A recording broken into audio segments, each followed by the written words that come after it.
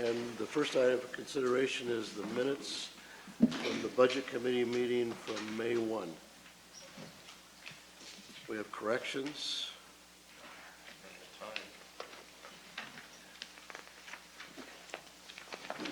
Yeah. The time on the first page, Jen is aware of it's PM, not AM. And then I think Carolyn had a minor. Yeah, there was a minor on page 6 under public restrooms letter, just an extraneous word like in the 5th line from the bottom. Jen has that already. It was over all these here. Best minutes ever. Oh, I yeah, know. they really are great. Thumbs up, Jen. Very good minutes. And then there's a typo on page, I think it's page 8, where there's an I that should be is under, at the top of the page there, right before the 513,000. But otherwise, it's just typos, so there's nothing of substance, unless somebody else has something. All right. Do you have a motion to approve the minutes as amended? So moved. Second. It's been moved and seconded. All those in favor, aye. Aye. Opposed? Okay. Start the meeting with any public comments from the public that's here. If anybody have anything they want to say before we start the general meeting? Okay. There is none. So we're going to start on page 62, Building Official Fund. That's page 62 of the budget document. Ready? Yep. Okay. All right. There have not been many changes in the building official fund, with the exception that there will be a reduction in contingency as a result of the acquisition of a new vehicle. You'll note that there's $39,000 in the revenues for continuation of a contract with the city of Manzanita. We're performing 2 or 3 days a week down there for their buildings and inspection work. And there's not an ending fund balance as such. That amount is contained within the contingency. Are there any questions?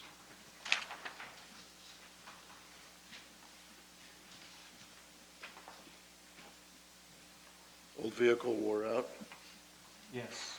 I forgot what year it is, but it's, I think it was a hand-me-down start. It was a former police vehicle. Yeah.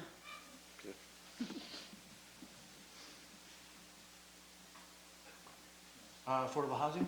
Or are there any questions on the building?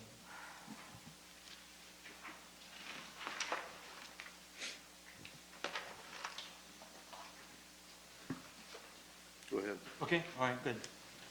All right, the affordable housing changed, we talked about it in the budget message.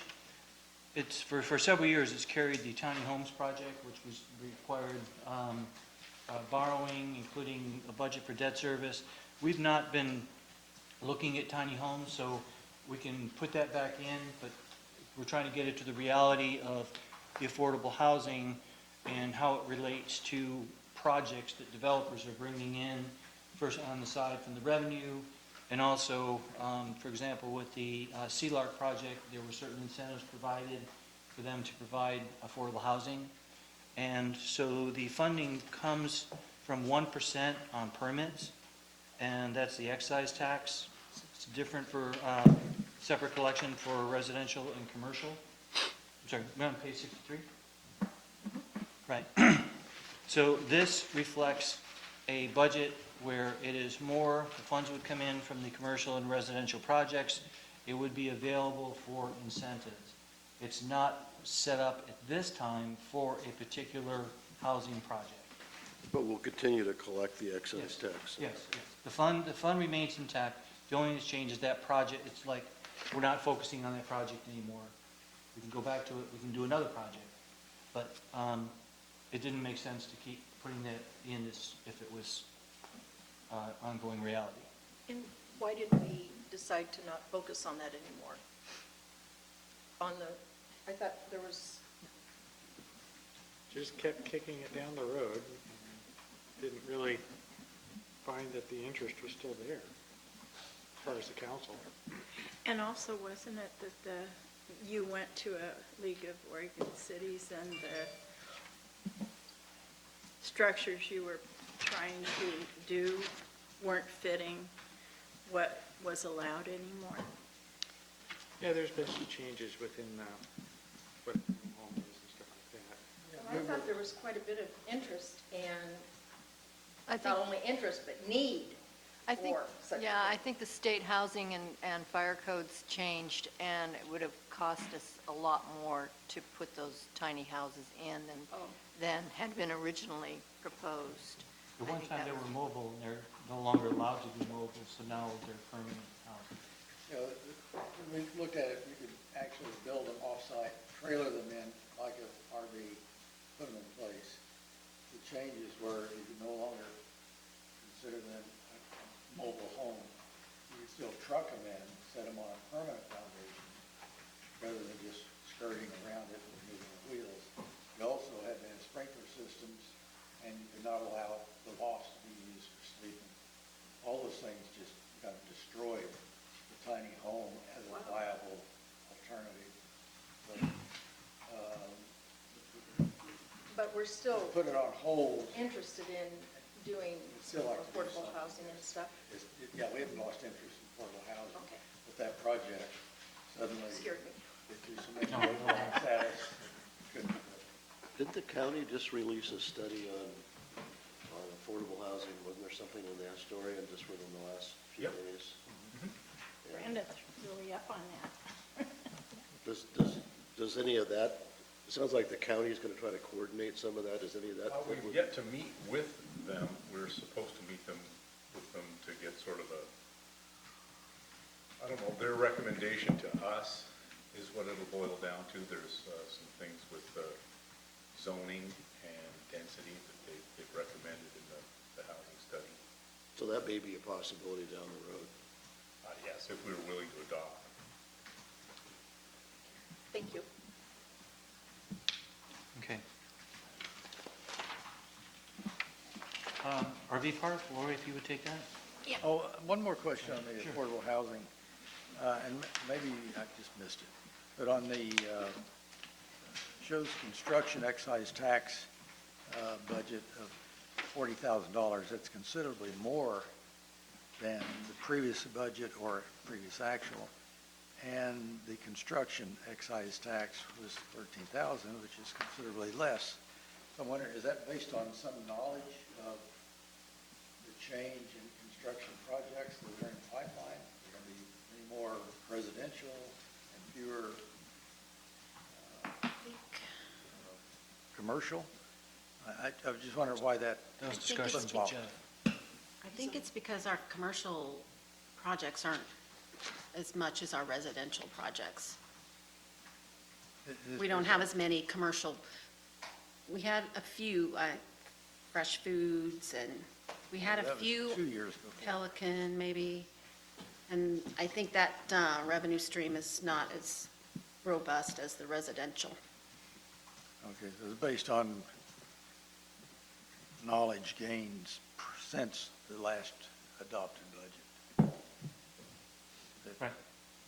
Yeah, and the numbers will be, like, it'll depend. If all of a sudden we get a big commercial project, it'll be 1% of the value of that project. But we don't have expenditures against those right now. That might change if somebody comes in with a proposal for another project similar to Sea Lark, something like that. Okay, I just wondered if it was based on some knowledge of what was coming, rather than just an adjustment for We the just- past. We just No. have more residential going on in commercial. That's And how it's kind of residential's very high, trending yeah. in the current year. Yeah. That's how it's trending. Okay.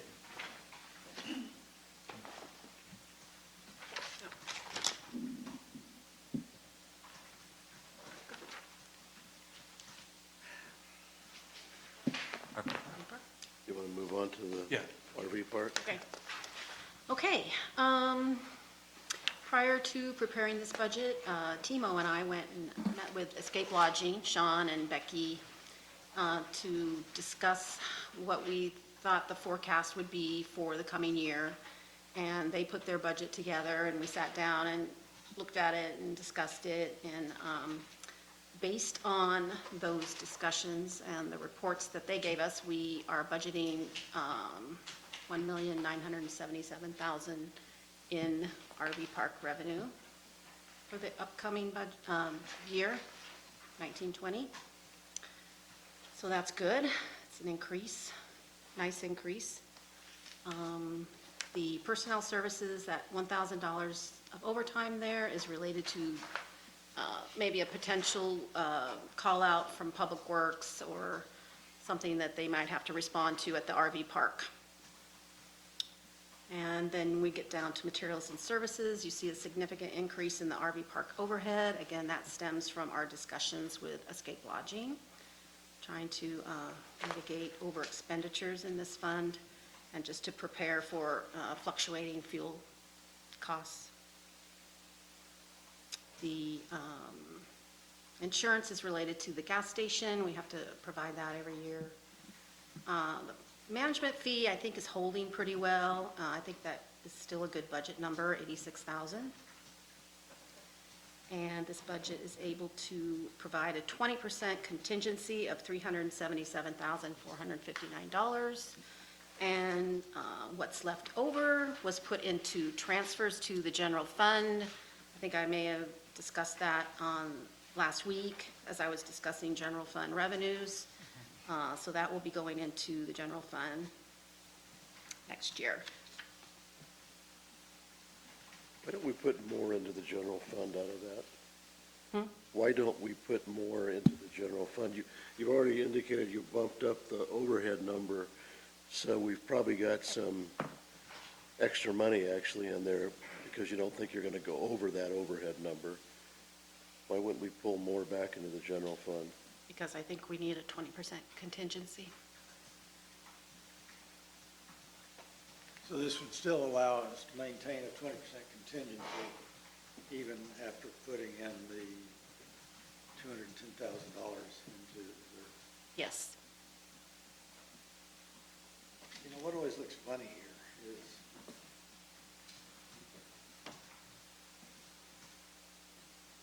my perspective is I look at the total revenues, total expenditures, and say, seriously? Sometimes it's a loss, more often than not it's a loss. Sometimes this was about $90,000 return in this kind of investment. I'll play George better now. Why are we keeping this? Well, your return is the $210,000 and the $377,000 that's available and not being spent. When you look at the accounting, Well, you start the year with $500,000, so you end the year with basically the same number. well, we end up with, you know, we spent that $500,000 and end up with zero in the fund balance. So no matter how you look at it, it looks like a loss. Or a break even. Or, yeah, we force it to be even. I understand, but I'm not going to change state accounting rules. Right, yeah. But it always looks funny, especially when somebody goes in and says, look, why do we own an RV park? Never makes any money. Well, Mike, look at the last 2 years of actual though, and it does make money. Well, those 2 years, but, the year before that and the year before that, we ended up adding money to the RV park fund for all of those upgrades that we Exactly. did. So, it's kind of, It some doesn't years give we you a make, good some we don't. picture of what's really happening. And that's my point. I understand the accounting. Well, I don't understand it, but I understand it works. You know what might help in that situation, because this is kind of a business and it is different than state mandated municipal accounting, it might be good for us to look at it through the Escape Lodging's bookkeeping to see how it actually shows in a business-style accounting system.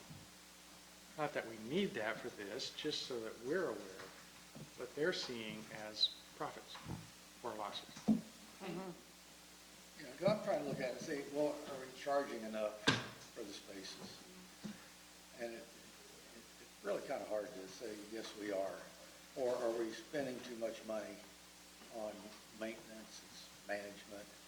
And it's really difficult to say, yeah, we're spending too much. You just don't get a good financial picture with this type of accounting. Again, it all balances.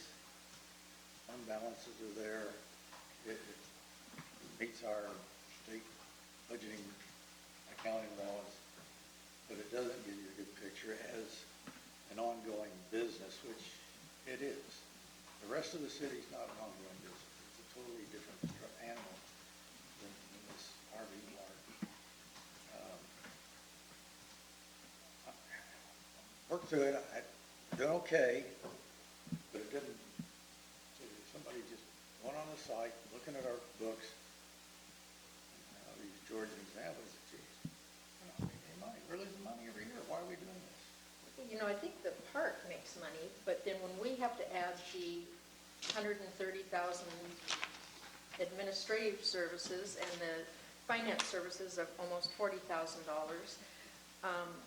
that takes a big hunk out of your profits, or Right. what would show as profits. So, you know, I mean, we're having to, on our end, it looks to me like we have to add all of that, so it, for the city, it doesn't make money. I think for the park itself as a business, it, you know, if you owned that business, you would be happy with it, but, but you're right, you know, because of everything we have to add to it, it doesn't make that much But for the city. on the other side, those admin services, if it wasn't charged against the RV park, we'd be paying that through one of our other funds. So it's kind of a hidden way that the city is benefiting from that.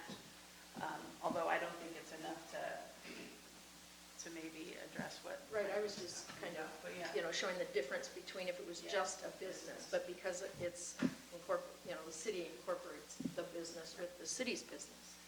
That's what I see. It is a hybrid that is Yeah. difficult to really through and analyze it. And you know what, this has been talked about since they've had it.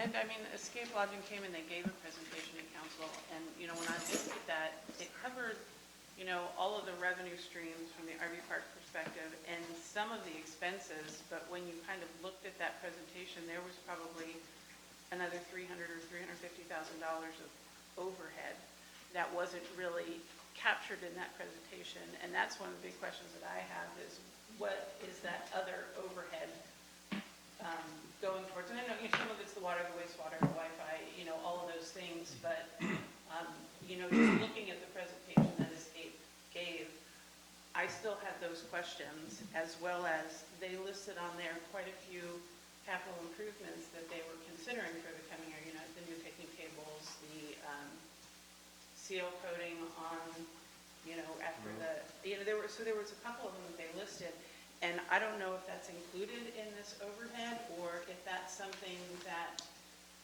is gonna kind of hit us partway through the year, or.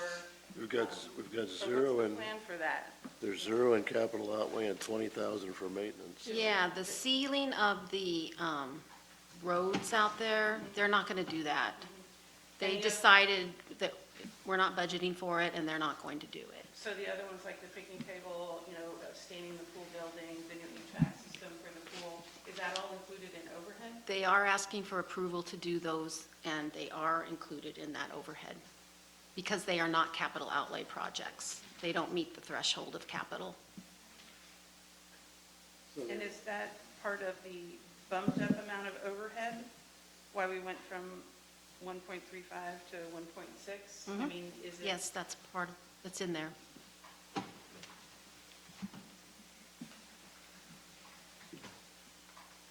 I'm uncomfortable with it, but. Any other discussion on RV park? Should we move on to the next, the reserve? Okay, the reserve fund, page 70.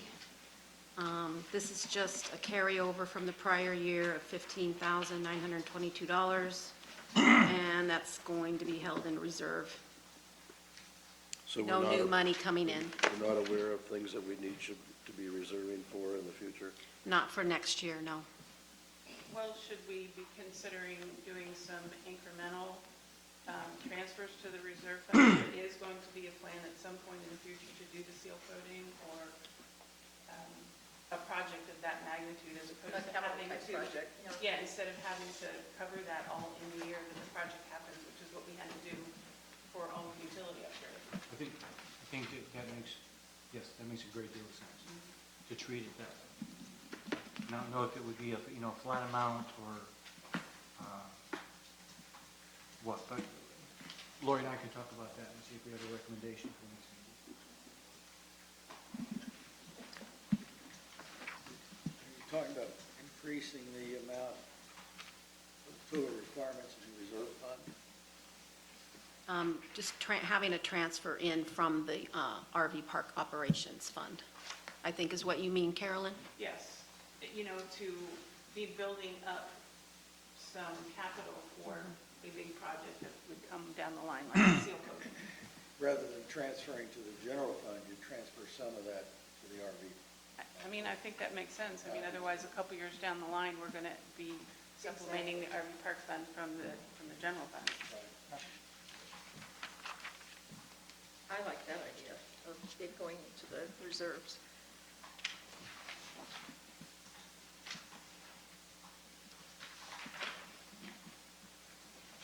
Okay? And we'll bring something back to you next week. Okay. We move to, Can I ask one more question? Sure. When you do bring back the information, can you bring back the date the last time the asphalt was treated, and whether asphalt in this area is a 10-year life or 12-year life? And that'll help Carolyn make a number.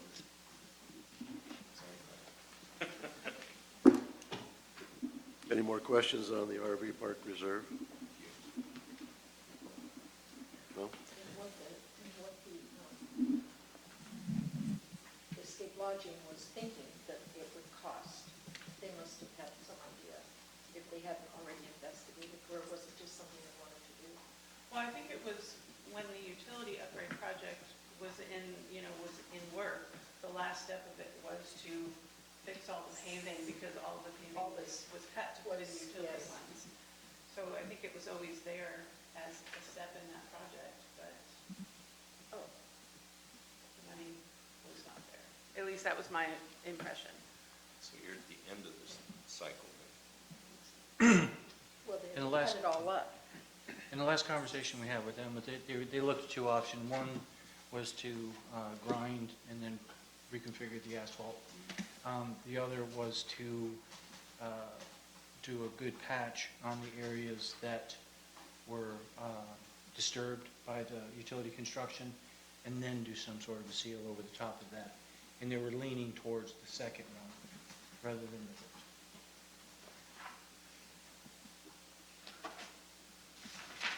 What was the cost estimate they gave you, Carolyn? Oh, they just were talking about, It was in the presentation that was given to council. One of the things that they had on their list was the seal coating and possibly changing some of the corners going into the parking, For those into bigger pull-throughs. vehicles. Yeah, so, and it wasn't more than just stating that.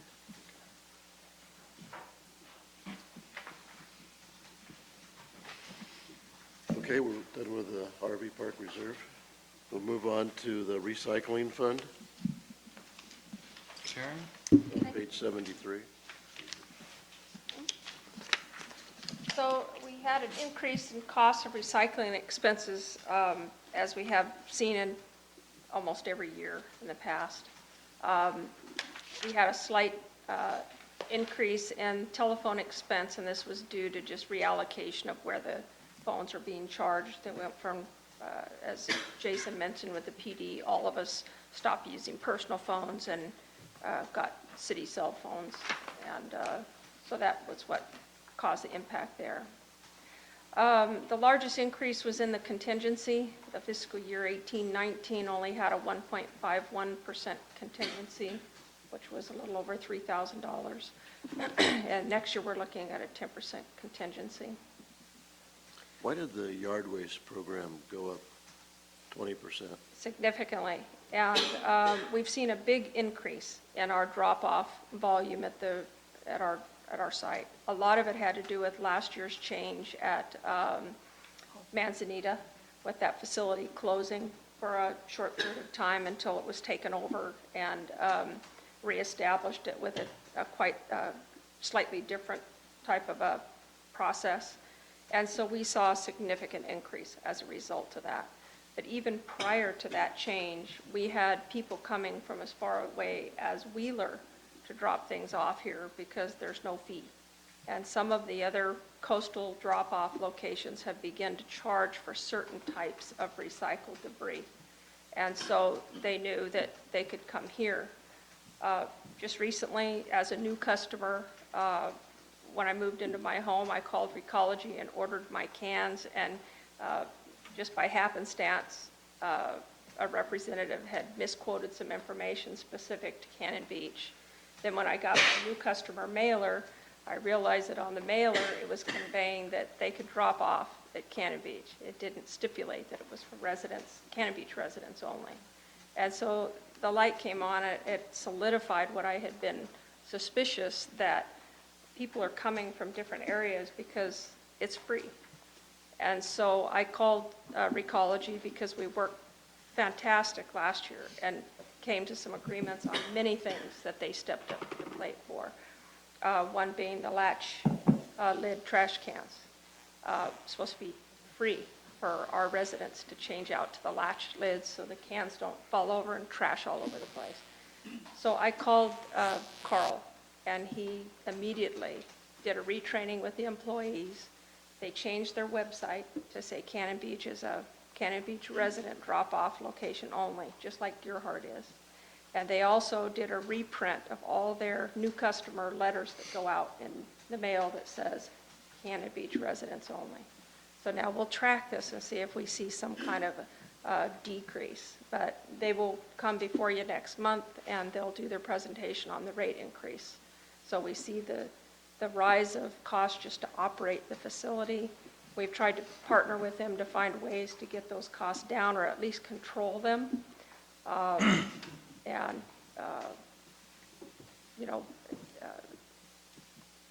Pretty much all we can do at this point. You asked people to show their ID.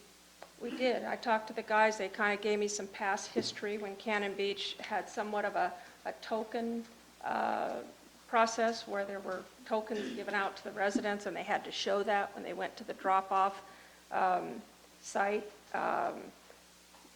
Kirk tells me that was somewhat successful, but on weekends when we don't have it manned constantly, someone has to police that. And so there are times when people are going to drop anything and everything. Somebody just dropped off 2 great big old TVs last weekend, and so we have to deal with that type of stuff, and it costs for the Recology to come remove it, or it costs us to take it to a dump location.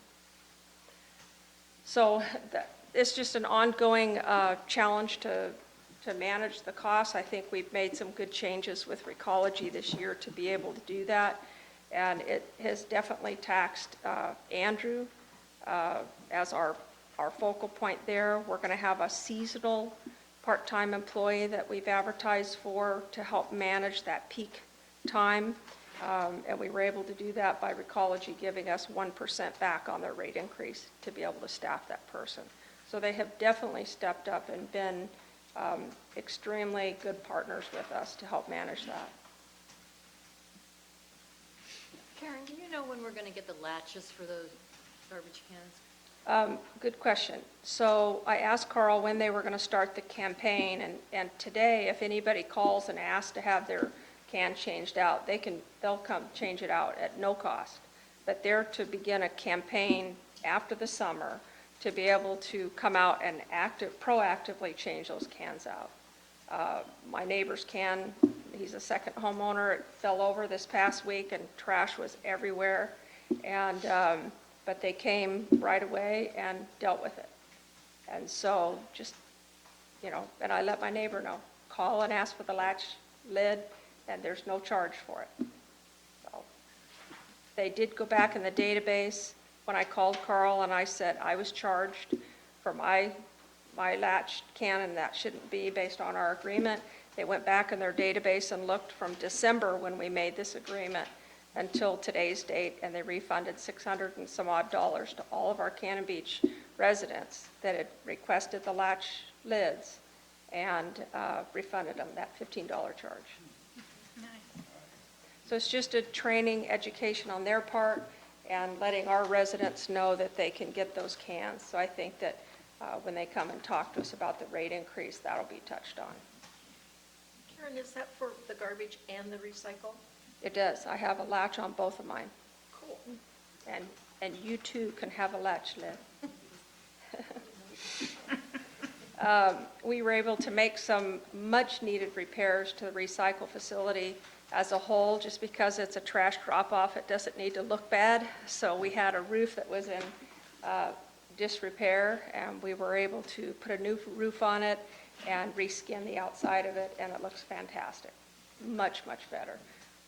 We had a serious infestation of rats inside the building when they peeled the skins off. It was pretty amazing to see just how bad it needed to be done. So I appreciate being able to do that with our funds. Any other questions on recycle? All right. We can move on to the reserve, recycle reserve.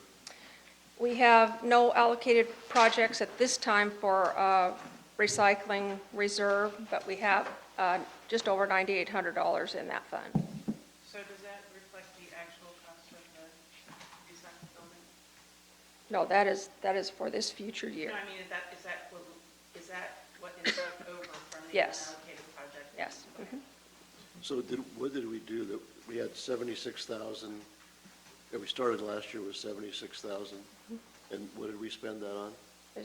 We reskinned it and re-roofed it, so it's just Oh, over. so that was the remodel part you're Yep. talking, okay. Any other questions on the reserve? Do we need to put anything in there? I don't think so at this point. I think we're in really good shape with recycle. We just continue to control the cost.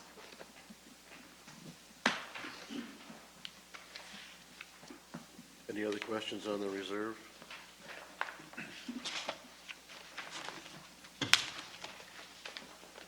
Looks like we have storm drain fund, which is page 90. Oh,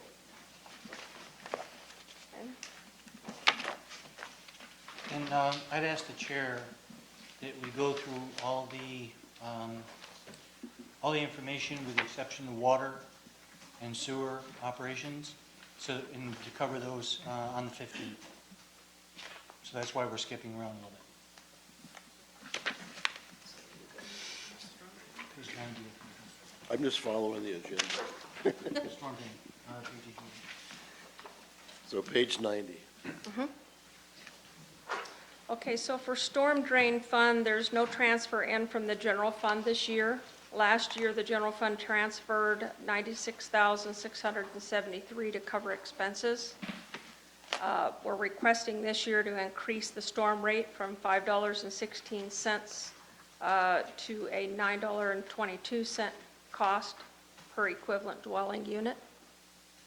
This will increase the revenue by $83,145, which negates the need for a general fund transfer.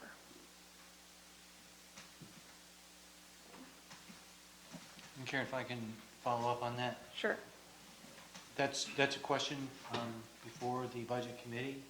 If the decision is to not put in that particular increase, then we would need the transfer from the general fund. Right. This budget is based on that increase occurring, that rate increase happening. It seems like, to me, it seems like a steep increase, but how do we, it looks like our expenses have gone up, at least in the budget, from 156 last year to 212 this year. What are those big increases driven by? The most significant increases were the testing due to the outfall spikes that we had in our sporadic water reads, if you will. We did a significant amount of testing associated with that, the materials we needed to do the testing.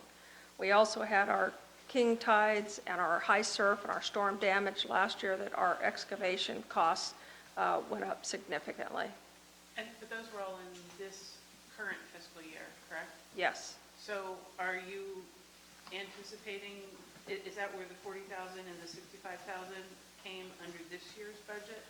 The 40,000 included catch basins. We always have an inventory of catch basins on hand, and because of all the extensive drain repairs that we did last year, including adding catch basins in areas where we had flooding issues and drain problems, we had to replenish our catch basin inventory, so some of that is for catch basins as well. They're not cheap. And the contract excavation services, that more than double? It Or is. this coming, for the year coming up? Yep. I may not spend all of it, but I am planning for another year like I had this year. And with that, I'm sorry, go ahead. Well, I think you reported last night that you weren't going to be doing any more testing, right? Outfall Uh, testing? Is that what did I so- hear that last night? For testing, absolutely. But I still have to address my catch basin inventory and the supplies associated with all the drain repairs that I did. I can't deplete my inventory and have nothing when we have storm issues. I need to be able to pull from current inventory. I guess what I'm seeing is there's two very large increases there, but then when I look up under the personnel services, the total personnel has gone down to almost nobody supporting the storm drain. So I kind of see, okay, we're going to have all this additional materials and stuff in order to handle issues, is what I'm hearing you say, but then we don't have any personnel. So let me touch on that. One thing I did when I came on to staff here is I really looked at the timesheets to see where the guys were spending their time. And I get a report that tells me what percentage of their time is allocated for different purposes, because parks helps roads, roads may help water, so on. But we try to be as fluid as possible. But what comes with that is an accurate tracking of where they're spending the time.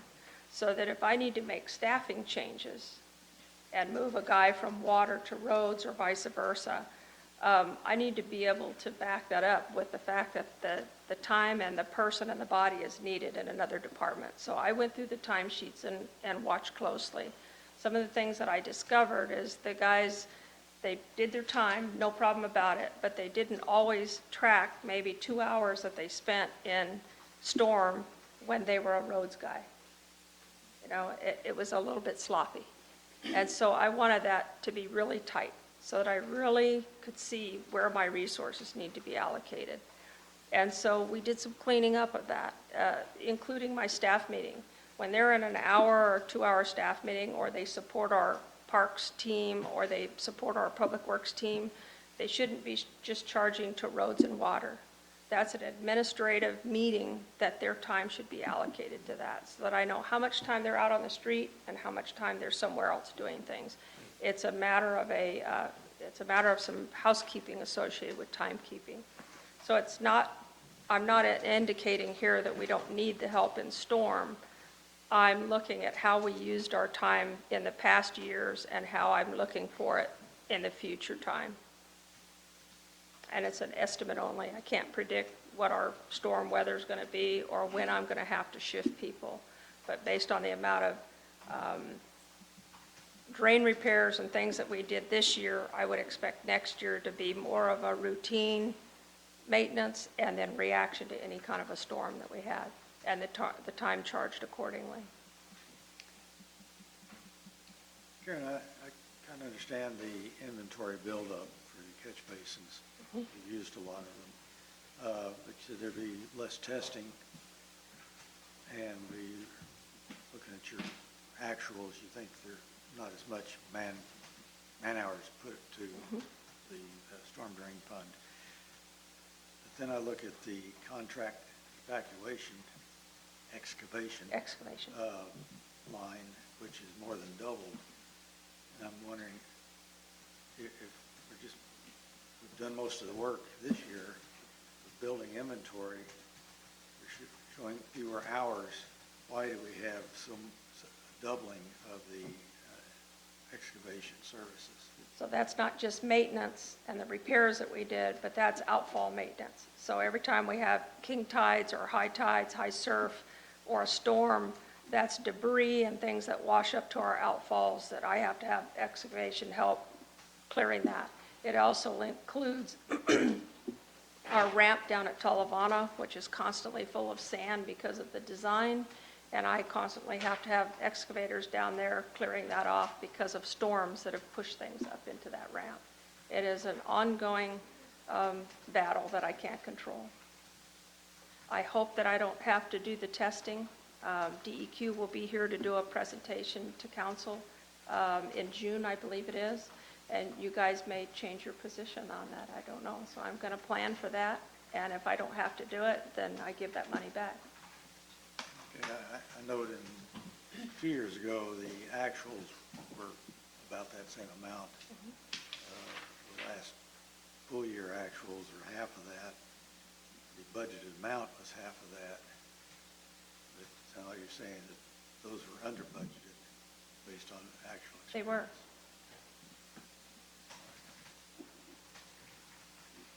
Has there been any public discussion of, we're talking almost an 80% increase in stormwater billings. Has there been any discussion by the council or publicly about that? I haven't seen anything. That's a pretty big nut to crack in one time, so.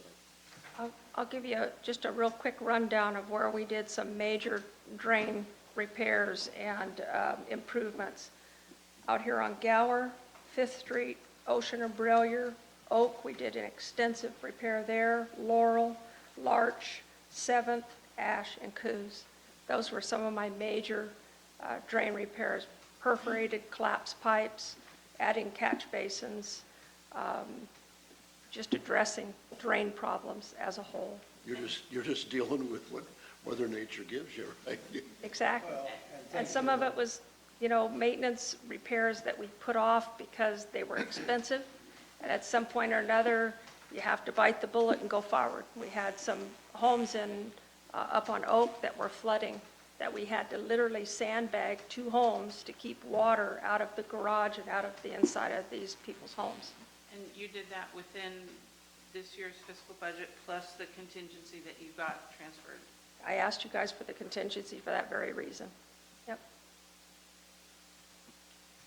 I kind of agree with Richard that I'm not contesting anything in the expenses or anything like that. It's just the fact that a rate increase of that trauma makes me wonder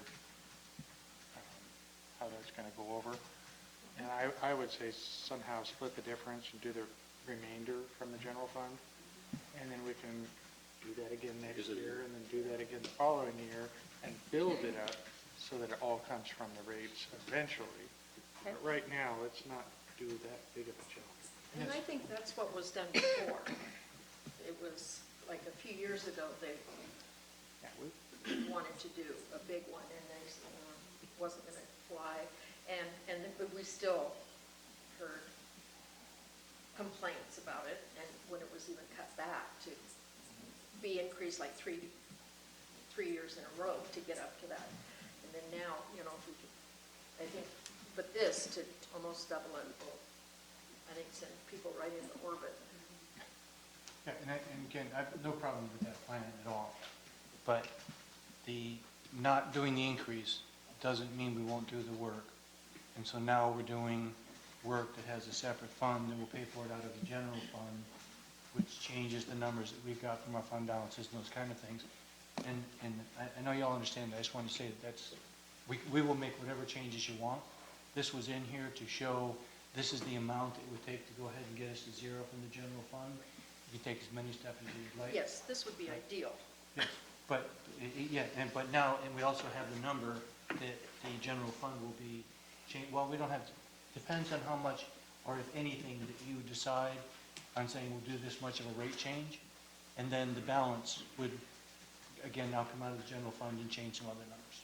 Well, could a portion of it come out of the, I know in this one we've got 20% of expenditures in contingency, and we do have some other funds that haven't got to the, I know that's the target that we're going for, but we could perhaps pull that back a little bit. I mean, looks like what was done in the wastewater fund. I mean, that's a potential to recoup a portion of that if we can find it all in the general fund. Yes. Yeah, we will look at what all the other options are. Is there a level, or do you want to have a discussion later on how you would see it stepped, or do you want a recommendation? I think that, If we did it over 3 years, and we just did a straight increase, it'd be about $1.35, just the way I just calculated anyway. But then you're gonna have increases in year 2 and 3 from actual expenses.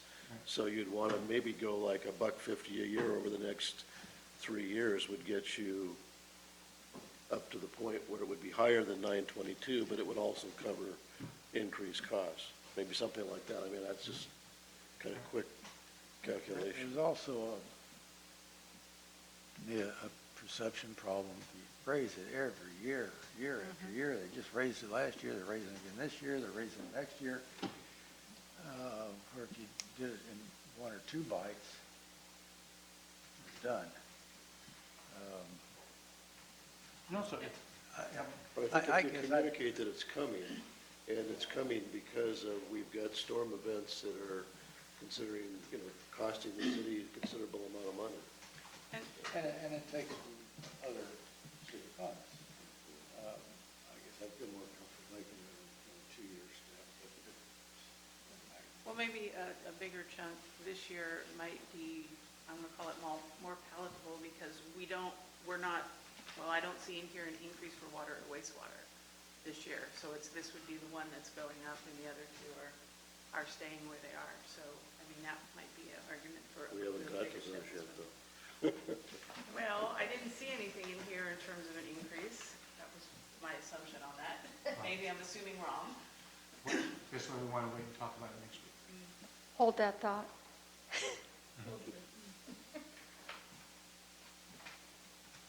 Bruce? Yes. Could you maybe address how the upcoming, I'll characterize them as loans and grants, but came from the One Stop, how that has any impact on stormwater, if any? The stormwater, generally, those are for capital projects that you can get the loans for. Sometimes grants, but most likely it's going to be a loan. It would need to be something that would be a capital project. So if we were to do some, that would be a possibility. And I don't know which agency we would go to, but that would be a possibility instead of having to fund the entire cost of the project in a single year. Okay. That's something that we're being contacted by the state. We're in the very early discussions, but they've got some issues with some past projects and things from the drainage that have been done. And so we may find ourselves doing some work or making changes or some other things based on past practice. Okay. So there may be some capital projects coming up, but it'll depend on the discussions. All right. But at this time, maybe I'm asking, do you see capital projects coming up on the storm drains this next fiscal year? If we were to get funding for, the 1% loan through the Clean Water Act for our potentials for treating the outfalls, that would definitely help storm. Because then, now there's no more need for testing, for sure. I mean, that kind of puts that to bed. And so that would be something that would directly affect this. To give you an idea, it's really rough, but $500,000 in loans at 3.5%, I believe it was, is about $1.13 a month per household in rates. I hope I'm not misquoting that, so if we have all of a sudden have a $500,000 drainage project to do, that's a possible rate increase that it would be over 30 years. Okay. Thank you very much. So if the city decides to get a loan, that will be an automatic increase to pay the loan back? Well, there's two ways. First of all, you make the decision to do the project. Right. And so if you're gonna do the project, and it's a $100,000 project, then I understand that Wi-Fi part. rates are full. Now, or we can do it, and we're looking at this in wastewater, that the rates are very favorable for local governments to try to take care of environmental issues, that kind of thing. So, and this is more of a Lori thing, but you're gonna see it in wastewater.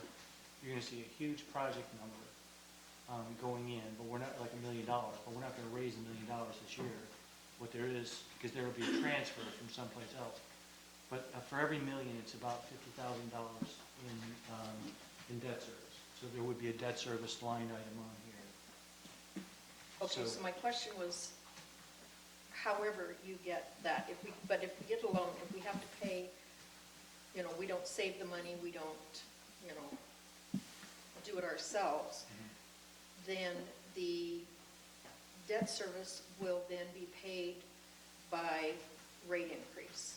It could be rate increase, it could be, committed from the general fund, but the choice at that time is, But you're thinking rate increase, it sounded like to me. well, it may be, but it's how big the rate increase you want to take on. Yeah. Are you going to take on the whole project in a rate increase or the debt service? So that's really where, the first question is, are you going to do the project? And then, how do you want to fund it?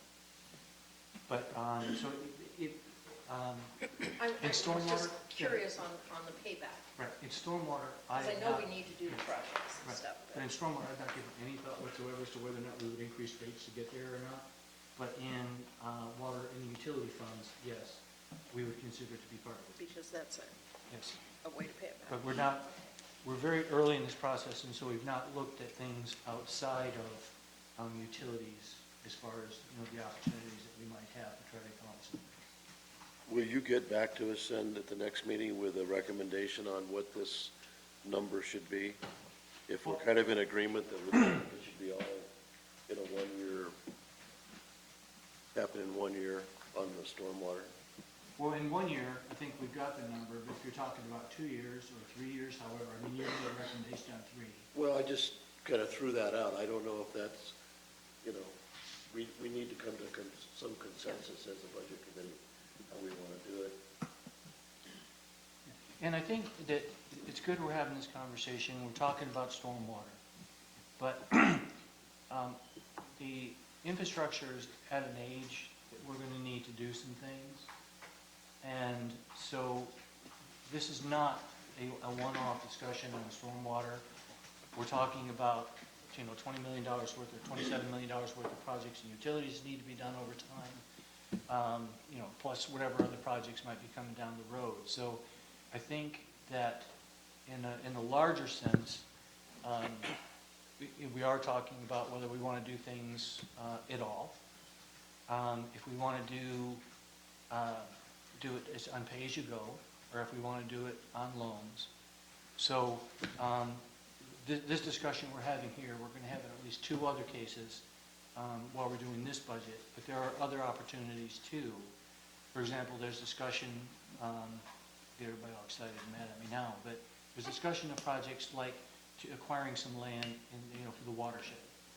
There are loan opportunities for that to happen. A decision will be made by the policy group as to whether or not to do that. There's benefits to it, there's a cost to it. But if we were to do that, it's going to be a bond of some sort or a loan of some kind. So as we talk about doing things, how we pay for them is going to be coming up. And definitely, I think, on the utility side, and again, you're seeing it in stormwater, there are just some things that we're going to need to do.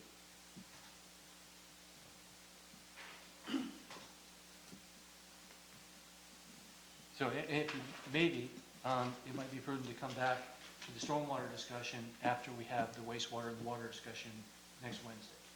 We can talk about it in more totality. Why don't you look at the stormwater on the basis that you would look at your long-term plan, and you're going to need to finance a 20-year plan, borrow that money, and then calculate your interest or debt service for that larger loan and make that adjustment for your budget.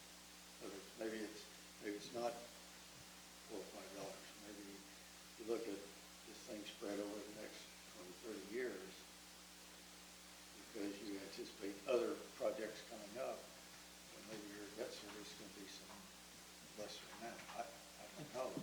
I understand what you're saying, Mike. I think that in the case of stormwater, we don't have a capital project right now to go out and to borrow for.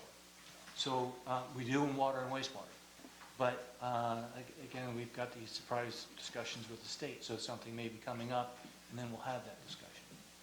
But right now, these are primarily projects that are funded out of operating, and it's, how much of those do we do?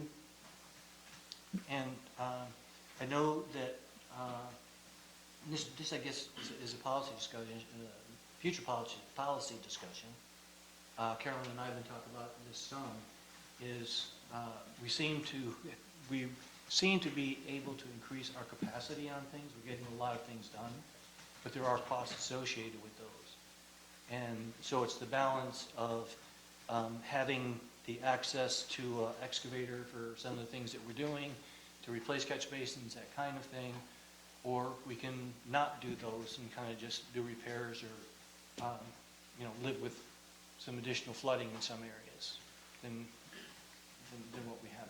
Because all those conditions associated with infrastructure, they have a tendency to follow the path of entropy. I guess my preference would be to just cut the rate increase in half on the assumption and likelihood that a lot of this is one-time expenses. Mhm. And that we've based the budget on several items that are going to be ongoing year after year after year. So make that adjustment for half that rate, and if necessary, do it again next year, rather than breaking it in three parts.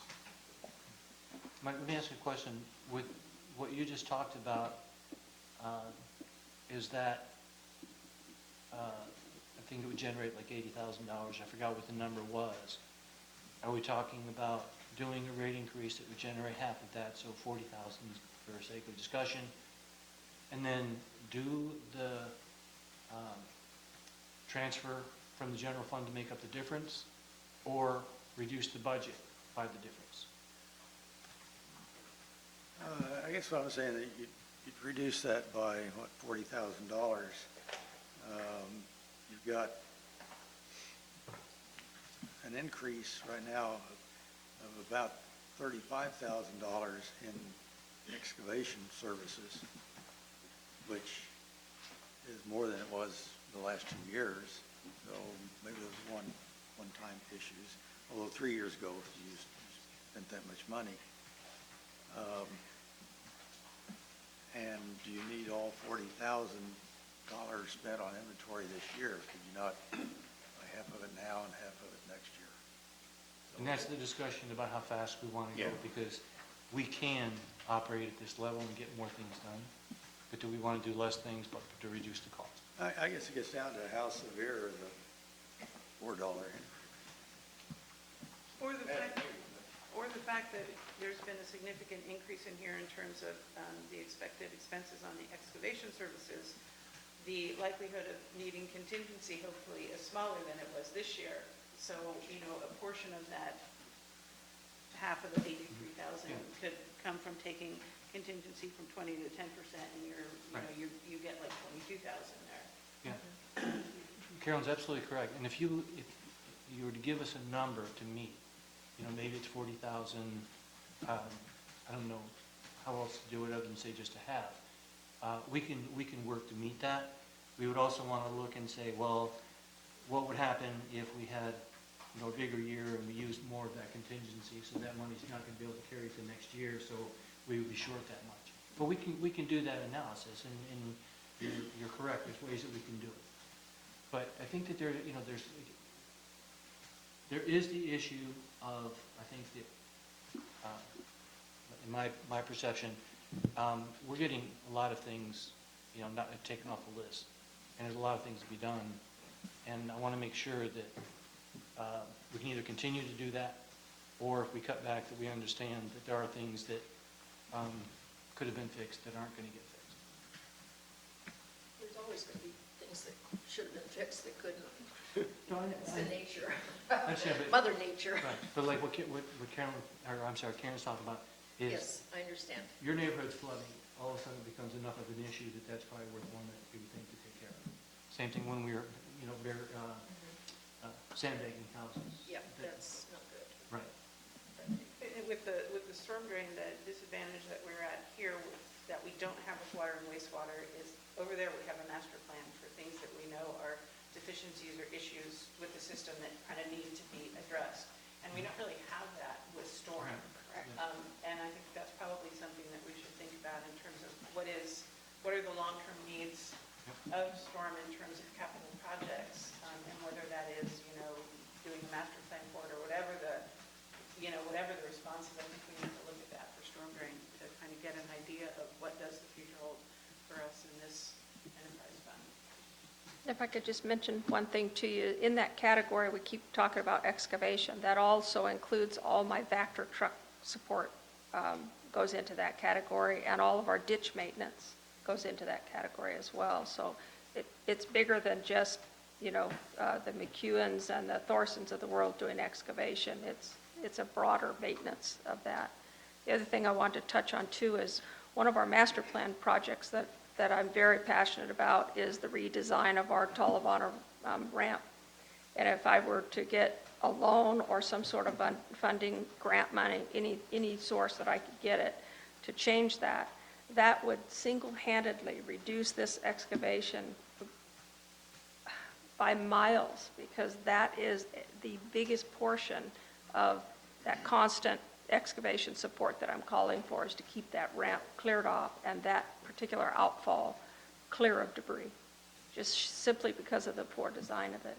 I don't know if everybody's aware of it, but there's a handicap accessible ramp out at the beach out at Talawana, and it looks like it's specifically designed to catch logs and sand. Because it is crazy. It's a back, it's a back and forth, and it's parallel to, to the beach, but somehow things get up 2 and 3 levels up in there, and it's an excavator to get it out. And it's kind of one of those crazy ones because it's not our park, but somehow we built that, the ramp, and if we're going to have, say we're handicap accessible, we do have to go down there and maintain it. So it's a very complicated, but that's why we spend so much time on it. I don't mean to stretch this any further, but I'm need a little enlightenment on the storm. Storm rate isn't that a single rate for every property? Single-family residence, yeah. What's the rate for a larger building? Depends on the EDUs? I don't know. well, like Impervious. for apartments or condos, it depends on how many units there are. For commercial, I think it has to do with the Impervious size, surfaces. impervious surface, so it scales up for the larger properties. Okay, good.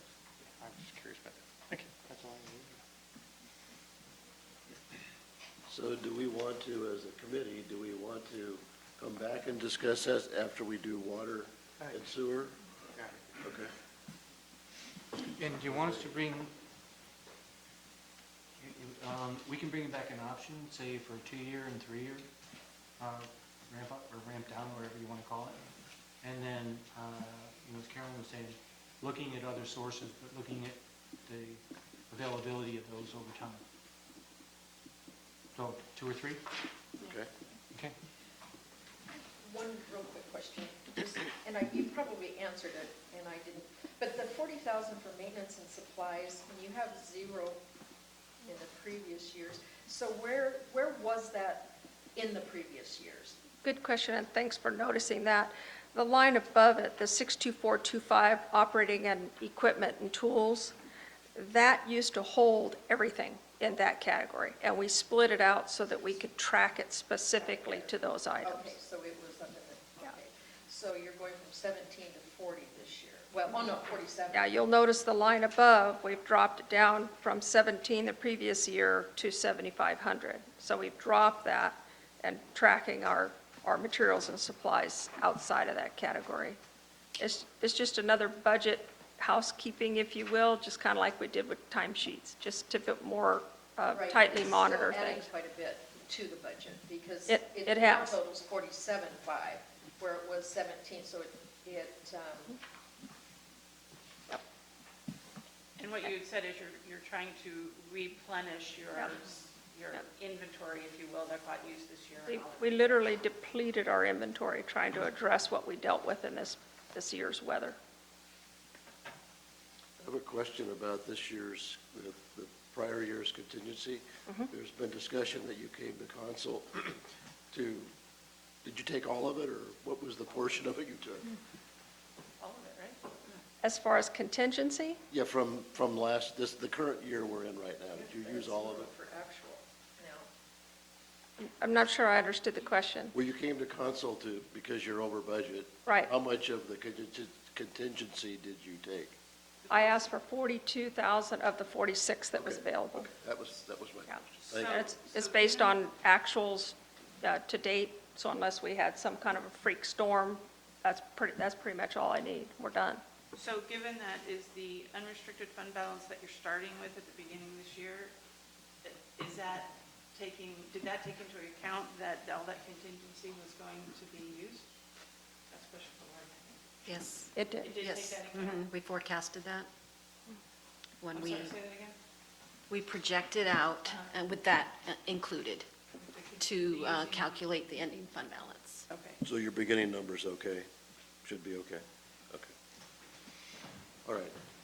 So we'll come back to this. Any other questions or discussion on storm drain?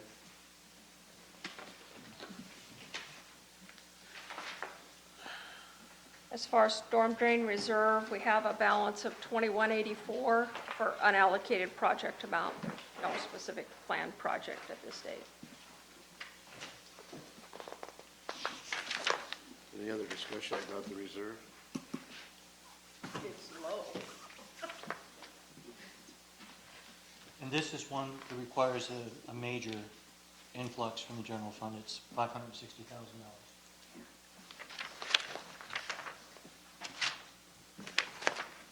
What was that, Bruce?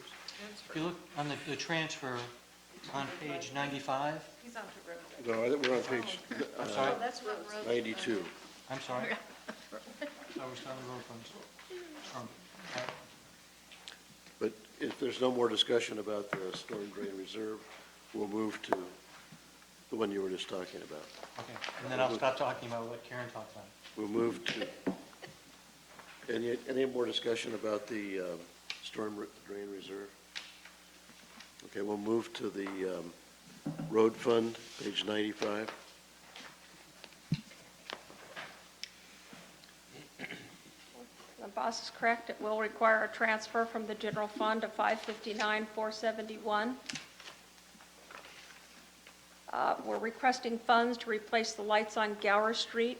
We have a quote for that, $22,000. As most of you know, those lights have been a challenge for several years now. They go out. Cannon Beach Electric has a very difficult time even repairing them because they're an obsolete light. I'm talking the big globe lights from our city hall down to the end of Gower. And so it's time to replace them. And unfortunately, that exact light is no longer available. It's obsolete, can't even get parts to repair them. So we got a quote on replacing them with a like light, and that's what the quote came back to. Now, the benefit here is the like light that we got the quote on does not require us to replace poles or the bracket that those globes hang on, thank goodness, because if we couldn't have found those, it would have been significantly more. So hats off to Gary at Cannon Beach it took him about 8 months to find a globe that would fit that bracket and not cause us to have to replace the poles. So requesting funds to be able, Are they dark sky friendly? I'm sorry? Yes, they are. Yeah, there's so many criteria that we had to follow. It was a challenge to find the light that would work. I was sweating it thinking we were going to have to replace the poles, and that was a whole nother Pandora's box. So I'm excited that we found them. Is the bid off the state bid list? I don't know, to be honest with you. I mean, like I say, Gary worked on it for almost 8 months to try to find our globe that would be extremely similar to what we had, be Nightscape. It could be LED, these are like the old vapor type lights or something, so it was quite a challenge. I don't know what all he went through to get there, but he found them.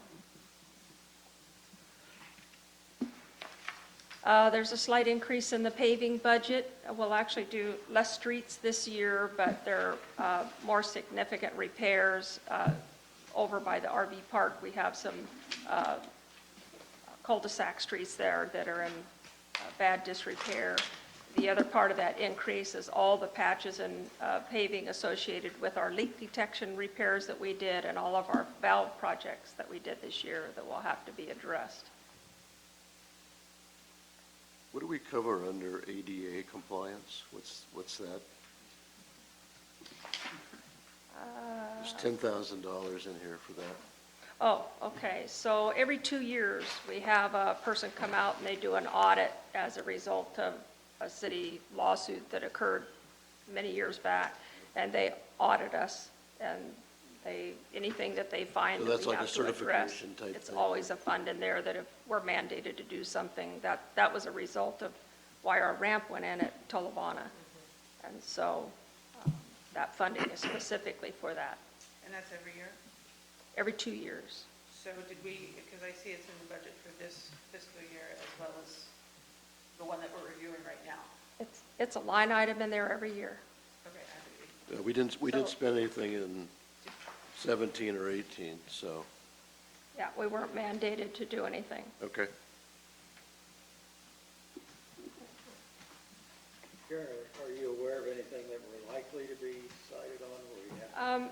We did receive a few letters that were challenging our Second Street bathrooms, but I responded to those to the state, and they did not require us to make any changes. It was more a signage issue to make sure that people knew which facility was handicap accessible and which one is not.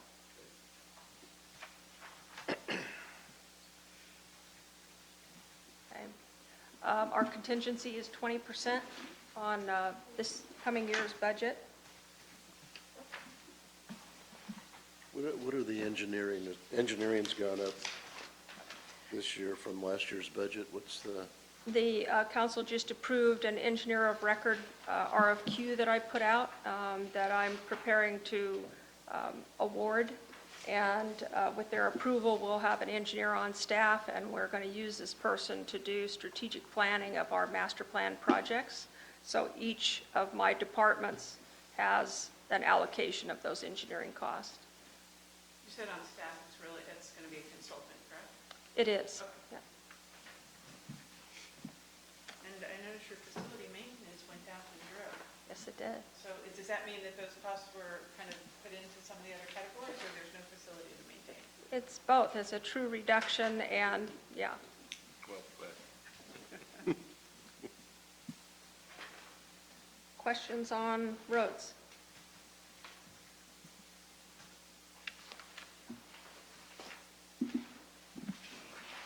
Right. what's the building add-on? The building add-on is things that we were going to have to do at the Public Works yard to prepare for emergency equipment that will be coming to us. Storage, it's not a true building add-on, if you will, but it's a reconfiguration of the inside of that so that we have storage for equipment that's coming.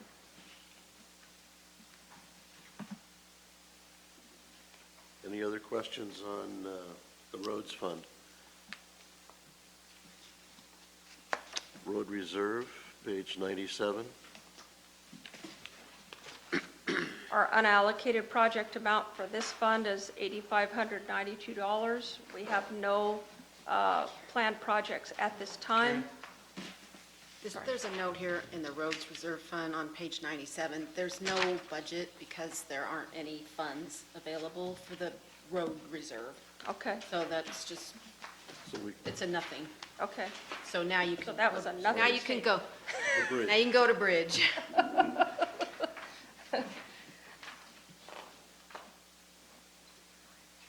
Yeah, sorry about that. Now we'll go to bridge, Right, yep. page 99. That bridge reserve fund is 8592. We had discussion that the county was going to take that responsibility for the bridge. What does that mean, that the county will take responsibility? ODOT actually owns the First Street Bridge, but when it comes to the maintenance of it, I guess that has fallen on the city in years past. I'm beginning to get my arms around that exact issue because, as all of you are aware, we did some level of stabilizing of the underlings of the bridge. People refer to that as retrofit, but the engineer told me it was not a retrofit of the bridge because we didn't have the funds to do a true retrofit. I always wondered in my mind why the city paid for that when ODOT owns the bridge. But today ODOT came and they did an inspection this morning between 8 and 9:30, all under the National Hazard Mitigation Plan that is being done all up and down the North Coast and other places. And they inspected the bridge and its condition. The good news is our bridge is in excellent condition. That's the exact word that they used this morning when they gave Trevor the update. Underneath, there's been some concrete that is crumbled away and rebar is exposed, so they're recommending a power wash and some sort of seal to happen so that that rebar doesn't have the constant salt air penetration and degrading of the rebar. And my first response to Trevor is, they want us to pay for that? You know, ODOT owns the bridge. So the National Hazard Mitigation Team meets regularly. So two things that I want to get clear on that is it truly the city's responsibility to do this type of stuff if they own the bridge? That doesn't really make sense to me, to be honest. I don't know if we set a precedence when we made the repairs back when Dan was here. Irregardless, it's the past, and I would not advocate doing that going forward. If they own it, they maintain it, just like they maintain Ecola Park Road. And so that would be my position unless you directed me otherwise. Secondly I think you just answered your own question. When you said they should do it just like they do Ecola Park Road. Yeah, That's not high. I mean, that's really the way I feel. It's my understanding that we inherited Hemlock and that bridge Yes, when they built the north entrance. yeah. Yeah. That was There's my- paperwork somewhere. We Yeah, took it on, think because we I might own remember it. when that happened, and they started saving. And at the time, it was like only $6,000 a year, but they built it up, and it's since been spent, but, You might verify that we yeah. actually own Well, it. I think that's ours. The only reason that still makes me curious is there's a report that I have to do every year to the state. And the report comes to me only on the properties that is not owned by us, but it's used by us. And that bridge is the single thing that I have to report on. That's great. I think there's probably a And so there's probably that a tells me, There's that tells me paperwork we don't own it. Unless, The other things that we own, I don't have to report on. Yeah, do the report once and see what happens. So, no, I mean, You don't have to talk about it, but you can look up the paper. Yeah. Yes, So you know. no. I guess my position is I'm not going to go and ask them if I have to do this. My position would be is that they tell me I have to do this maintenance. I'm going to say, why, when you own it? Yeah, I just thought that we ended up owning Hemlock. We and- negotiated that. Yep. Yep, way back, The North 20 Entrance some years deal. ago. Yeah. Okay. But one of the things that's happened is that the County fingers in it, too. was it the natural disaster? National Hazard Mitigation Plan. Yeah, those That's a terrible name. responsibility, right, it seems the responsibility for that bridge, for that particular situation is with the state. So there's a question as to whether or not if there was going to be an upgrade. I mean, there's good news in that the bridge is in really good condition structurally. What that does is says, wow, it's probably worth it to put some money into it to increase its resiliency because, it's going to last a long time. I don't know who does that as a result of the hazard mitigation plan. Because that seems to be, regardless of the ownership, it seems that the state was the one that ended up having to go ahead and take care of the bridges. But even with that, I'm not totally sure, because they might do the look and then they say, you guys fix this. So That there's a lot of state road questions on it. On top, is that a state road, No, state route? Well, yeah, technically, Betsy So was it's a state right route. in the middle of yeah. all that. I don't think it is. But there's something about Here. But again, see, I constantly hear varying opinions on that. We traded something, There should be an that or what? agreement. That was Yeah. about in the mid-nineties, early Yes. nineties. Yeah, That if you the could check. bridge was, or that the north entrance was there. And there's like a big agreement. Late 90s. Yeah. Agreement. But didn't they assign the right of way along the line? Well, it seems to me that they gave us some money. that Let us- And we used to took it pay- on. That we used to pave Hemlock and bring it up to really nice standards. we will And research. We got it. We will research and get a copy of that agreement to you folks. So everybody can read the same thing. well, it's best to know. I've pulled a ton of paperwork from our upstairs Retroactive. archive, and I have found nothing that says that we own it or have traded something. So if it exists, we just have to keep looking, I guess. It took us Anyway. about 25 years to realize that we own Gower all the way out to the beach. We didn't think we did. But the county finally said, here it is. Right. So, okay, we do. I kind of recall a reversionary clause. The county gave up its right to a reversionary clause in the land at the north entrance, so that, Yeah. so it could be done. Yeah. So agree with Bruce, is that the next question would be, what kind of a seismic event could our bridge withstand? And I don't know if that's a part of the National Hazard Mitigation Plan. I'm think- assuming it is. I think but it's the next step, Right, but I think that we would advocate for that to occur. absolutely. So is it the county who's, at one point we talked about the county being responsible, but is it the state that's responsible or the county? The state is overseeing this National Hazard Mitigation Plan effort that's going all up and down the north coast, and they host the meetings that we go to. But ODOT is there, the cities are there, so it's a multi-faceted team, if you will, but the county definitely chairs it. They run it, they're tracking the effort So they're associated. assessing all the bridges in the You county. bet. And they prioritize the Yeah. roads, right? They stack rank the bridges. And 101 was number 3 on the choices. That may be a different subject matter. Right. I think right now we're just talking about the mitigation. You're correct. I think this we're talking about is a mitigation for the bridges or anything else that we have. I prioritize the roads in order to figure out which bridges Right. were the most important. Yes. So it is a part of it, but Yes. it's part of the NHF. Because I know at one time, I think, on this budget committee, we talked about setting up this fund to replace the bridge. That's- And I think the state kind of started all this through the NHMP.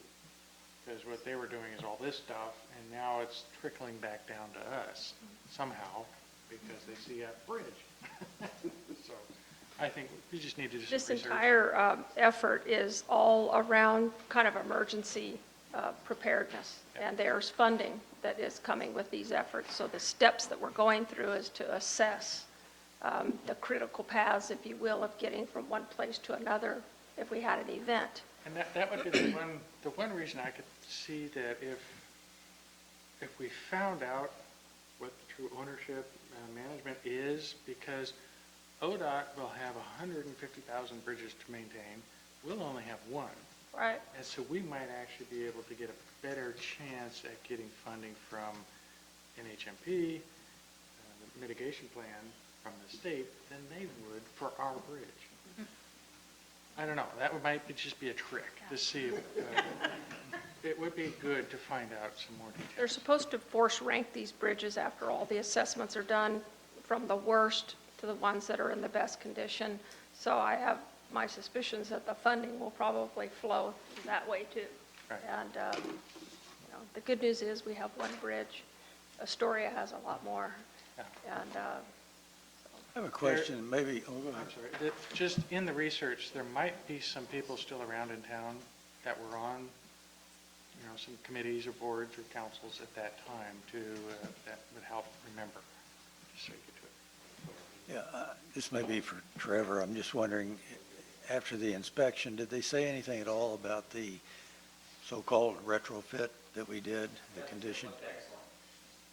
So everything looked good. New technology, they were able to test the pilings better this time, because 4 years ago when they tested it, there was suspicion of rot in the pilings. But the new technology they have now, they were able to drill into the pilings, and there is no rot.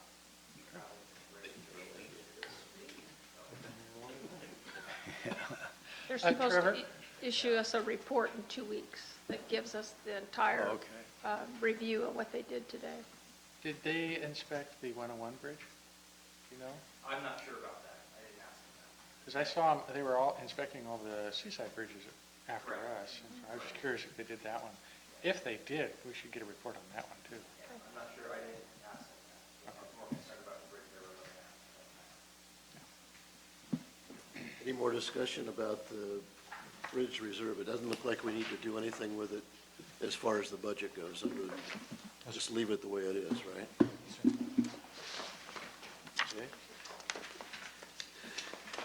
Okay. Debt Service Fund 102. Okay, this fund pays the debt on the 2 outstanding GO bonds. One is for the wastewater plant, and the other is for the Ecola Creek Forest Reserve. You can see that we are going to levy property taxes of $401,481. We will also have a transfer from the general fund of $197,000, $744, whatever. That will give us available resources to pay the debt service of $615,025. And that will leave an ending fund balance of $15,000. So the transfer from the general fund is the 50% of the debt attributed to the wastewater treatment plant. You mentioned in the budget message that there was the one bond payment was going up significantly because the way that it was structured. Can you give us a little more info? Because all the payments aren't the same every year. But it seemed like it was a pretty big step up this year. It is. In 2010, is that trend going to continue as we go forward with that magnitude of an increase, or? The schedule is, what it is, and you have to pay the debt service according to that. And I don't know the answer. I didn't really look at the future payments. I think it's the indentures. It says that these are what the payments are going to be. We can Yeah. try to get that.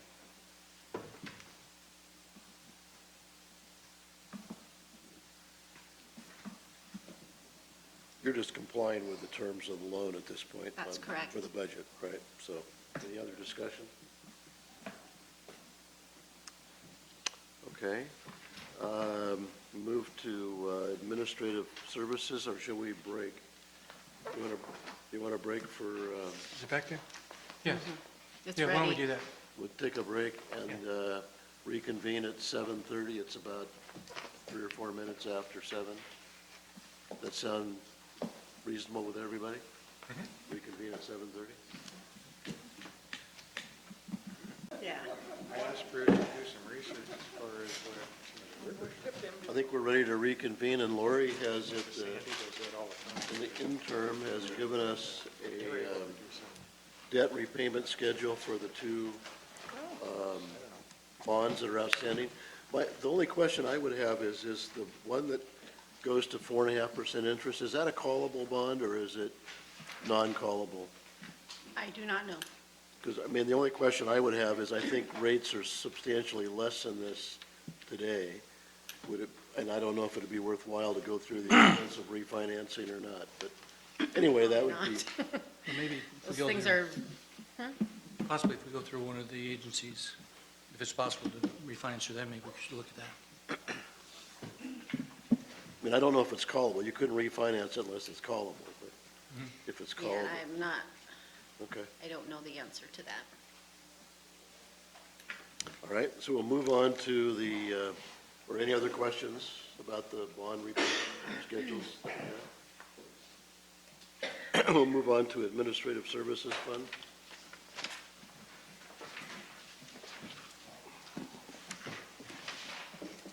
You gonna cover the first page? Page Number 107 is just a summary of all of the departments in the Administrative Services Fund. We charge the other funds next fiscal year $2,013,232, and we have appropriations in each department as shown for the total requirements of the same amount. So that's just a little snapshot there. And then the next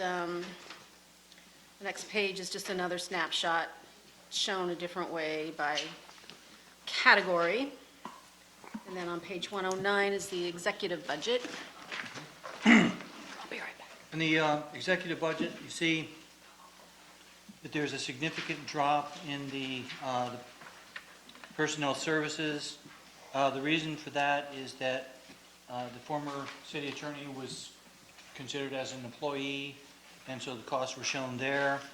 Now you see that there's a legal services item in the next category, and there's a corresponding increase in the total materials and services, and that's primarily from the transfer of where we fund the city attorney from. Any questions on that? The contractual services, is that the document archive? Yes, yes. And that one should be gone by the end of this year. Computer expenses are about double. What's driving that?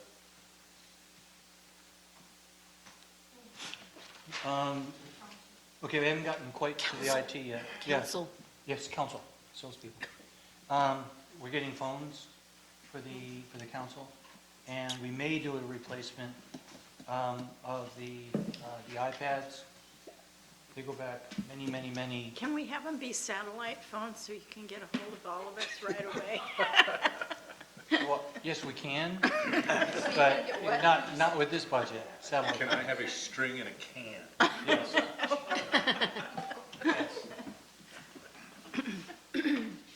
Yeah, that's where that increase comes from. And in IT, you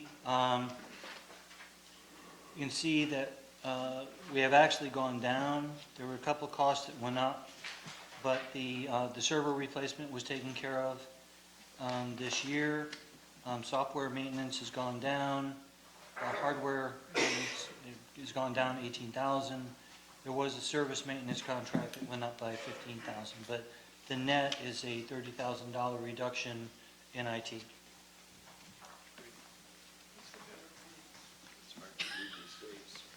Skip me. Lori told me, go. Oh, do IT. Yeah, okay, yeah. I guess they Okay. caught on to you. Reverse. Yeah. Okay, the finance department. This fund pays for the operation of my department. 3.525 FTEs. And we had some increases in personnel services this year. And then going forward. We were able to reclassify a position, and so that is reflected here. We had the opportunity to do that. We had originally budgeted the amount to kind of plan for that if it came to fruition down in materials and services, so that's where you see that $39,883 in the 18-19 budget.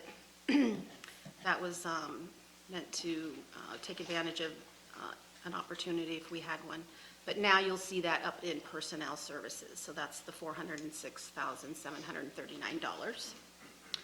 Our materials and services budget went down as the effect of what I just said. And the other, really, I don't think a lot of significant changes to the other materials and services lines. Kind of holding our own, I think. So my total budget went up 8.55% over the prior budget year. Lori, one of the things we haven't talked about, which is kind of stands out, is PERS and the HDL insurance. And the PERS, I know, we're stuck with a state formula, but how much additional, have you figured out how much additional that cost us? PERS? The city? PERS, yeah. I think it was like a 20% increase in the rate. 20%? Yeah. And Across the what- board. And what about the health insurance? Is that, it looks like it's gone up, but maybe that's head counts, I don't know. That goes up every year, about 5 or 6% as a rule. So, and it is a significant cost, you know, but it factors into, you know, the increases. Most of that's contractual with your labor agreements, right? A lot of it is, yes. Okay. Okay.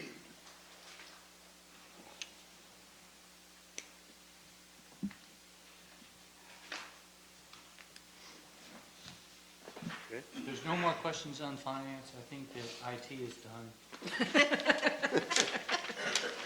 So I'd ask Lori to go to central services. Okay, this budget is showing an increase of 4.61% over the prior year budget. This fund accounts for things that are more indirect and not really totally related to finance, more of a broad, like the insurance, you know, that's not really a finance cost, so we don't put it in the finance department. And that is the major expenditure in this fund, along with bank service charges, which have been going up steadily as more people are using credit cards, particularly, in particular. This fund also pays for the electricity and the natural gas and copier expenses and that type of thing. So this is $203,405. So I think didn't we skip a page? Didn't Bruce intentionally skip a page here on the IT expenses? I No, covered that's that. when he went When you before asked- When you me. asked the phone question, I jumped to IT. Oh, okay. So that was my bad. I didn't remember that, okay. Yes. I can do it again. No, I It just, didn't take long. does anybody have any more questions on IT? The net cost is down $30,000. I'm gonna do Public Works. I'm doing Public Works.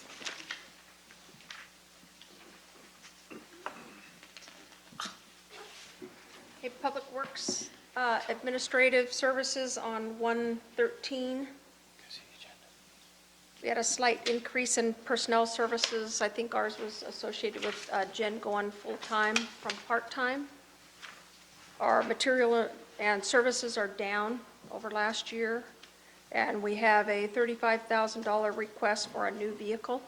We had one of our employees that did not have a vehicle at all, so he was riding with another roads person, so Trevor gave up his truck for him to have one, and we have aged out a 1999 pickup from our fleet that this would replace.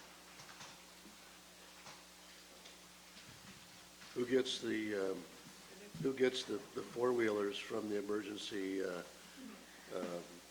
Wait, I'll address that. No, that's a good question. What, the conversation I had with Mike, and in talking to Rick Hudson, who's going to be the new person who's going to be filling that, and I'd actually mentioned this to the mayor when we were talking, is that we now feel it's important to keep that budget intact, but to not necessarily say we're going to buy those vehicles. There's going to be communications issues, cash ice issues, all these other things. So maybe those vehicles will move to the top. But so what we're asking is that be put into a materials and services account and take it out of the capital. So those, it's unlikely at this point those vehicles will be purchased in this the fiscal year that we're looking at. okay? you're off the hook. Any other, I'm off the hook. Good answer, boss. Other questions? Do you ever encumber a vehicle to the next year to cover it financially? No? We don't. Okay. You buy half a car? Well, no, it allows you to carry the money over Okay. and have it dedicated to the vehicle. I was actually talking about setting the expenditure over 2 years. So I didn't understand you right. Yeah, okay. Any other questions on Public Works? Okay, we'll move to the community programs on page 34. Yes, thank you, Mr. Chair. There's 3 items here that we said we were going to bring back. And the first, there was discussion about the community programs, and there was discussion that the amount that was set aside for allocation did not change in years. And so I said we would bring it back as a placeholder. And if you're ready to address that now, we can. If you would rather wait until next week, we can do it. I think we should, might as well address it now.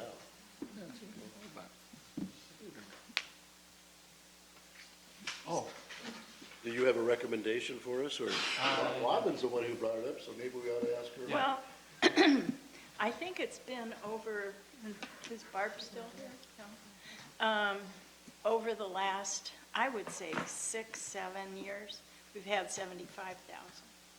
And I think it would be nice if we could increase that, because I talked to somebody who said that, I think the request, who would know this, Jennifer would know this, is around 145.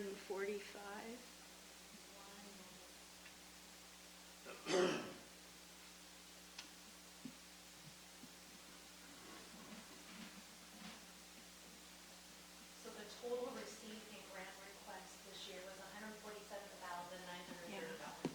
Is that significantly more than in recent years? Let me see what the I don't previous think year's so. total- So it's, So the prior year, the request was 105,000. So yeah, it did go up from last year's overall request. There was 15 requests last year with 14 different companies or affiliations. And then this year, there was a total of 19. Well, and Sea Turtles, who would have participated last year but didn't get the time correct for We had that. 2 last year, so Sea Turtles didn't make it in the deadline, and Helping Hands didn't make the deadline. So those ones are both back this year as well. Yeah. Anyway, it sure be nice if they could have a little more to work with, because it gets pretty difficult to figure out how to spread it around. There's basically 82,000 in the budget now if you add the sea turtle line, so the 75 and the 7. I don't know what everybody's comfortable with, so. If we put sea turtles back up in the grants, the 82, Right. I'd be wrong in this, but I think Fuji Creek has asked for 50 grand or something, which Again? I think That's the TAC. case. Huh? That's Oh, that's TAC. for the TAC. Okay. Okay, never mind. So just on the history, because I pulled this up real quick, it's been 75,000 for quite a while. It looks like it was in 13-14, we awarded 73,800. The previous year, 12-13, was 71,000. 11-12 was 125,000. Well, Wasn't- actually, that could be just requests. This may not have the actual total. Well, but we used to cover the library at one point, Oh, and then right. it got moved over into general, as I recall. And that's exactly the difference right here, because I looked at when she said that in 14-15 is when we put covering the library. Yeah, And so that's when the library got pulled out, and then the grant amount decreased. yes. We should cover the preschool too. That came out of community programs, but not out of community grant funds. Right, So the okay. preschool had their own line item.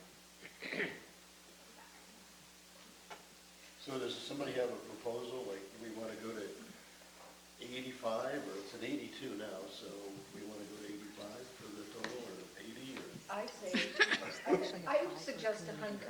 They did. Where's the money coming They went for both. That was part of the discussion. But it's got to come from some line. Right, we'll have to, figure that out with Nick.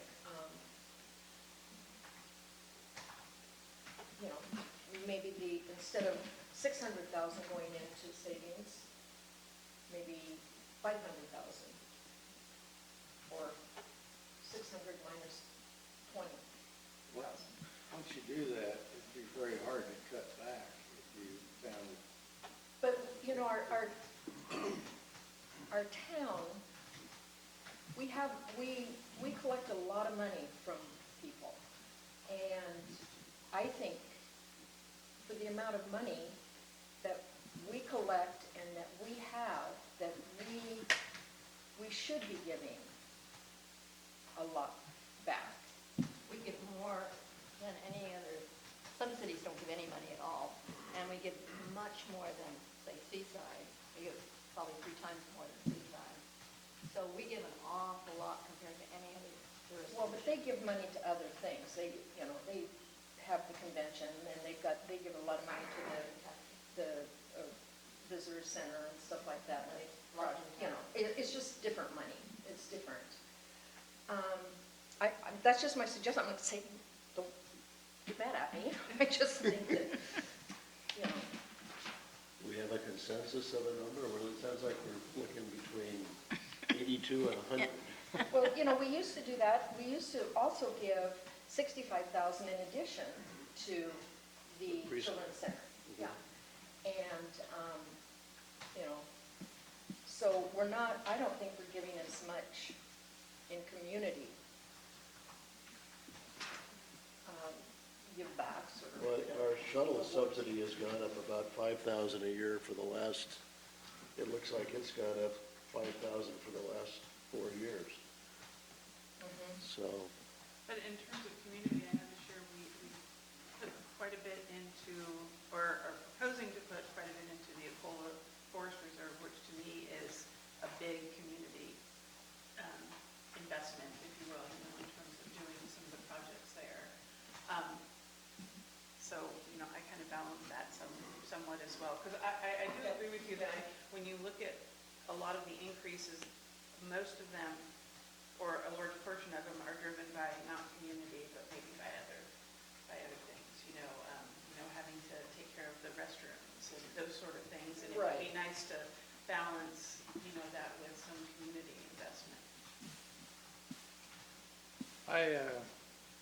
I'm really proud of the fact that we have these community service grants, and I agree with Nancy that, when I talk to other mayors and other communities, they are dumbfounded by how much we give in the line item kind of statement of community grant. I had a long conversation with the mayor of Kaiser. They have 10,000. That's a huge town compared to us. So I'm not saying I don't want to increase it, but I would be really hesitant to do anything dramatic and maybe start a program where we increase it a little bit annually. So I'm comfortable with, say, taking up to 85, around in that area. I could support 85. That gives us a little something to, start progressing with. If we do a big jump, That's only $3,000. No, it's, Well, but the sea turtles is going into that. So. That doesn't mean they're going to get it. Yeah, They just have to apply like everybody else does. not a And guarantee. last year was an aberration. That was. Yeah, that's true. I would say 82 just because, from balancing things, you're not affecting anything outside of this particular fund. To take the 7,000 that was in Sea Turtles and put that into the community services grant would kind of make that sort of simple. That's where I would come down. Otherwise, you're going to say, okay, we'll go up more, but, whose department is going to subsidize the community where do we take it from? 'Cause it is balanced now. I think it's a great program. I think it's something that the city should be very proud of. I have to go to the meetings and they're handed out. People are so appreciative. And it's something that's really unique about this town, that we do some really good things. But I think a little bit arbitrarily to increase it now, and then I have to go back there and say, well, where did it come from? Well, I mean, the money can be there, but maybe it ought to be as we. But why would we have to go back? Why would we take it away? Why would It's gotta you come say, from somewhere. you know? He's saying 82.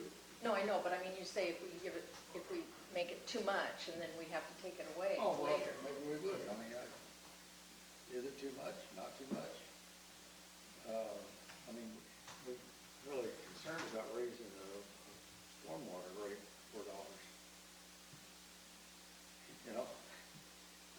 Well, this would kind of But balance here their we're- feelings, at here least, we're willing to you know. give this much away. I'd rather do it in smaller steps, and even the 82, recognizing that teacher will probably come in and ask for it, and we don't have to adjust any budget numbers for that.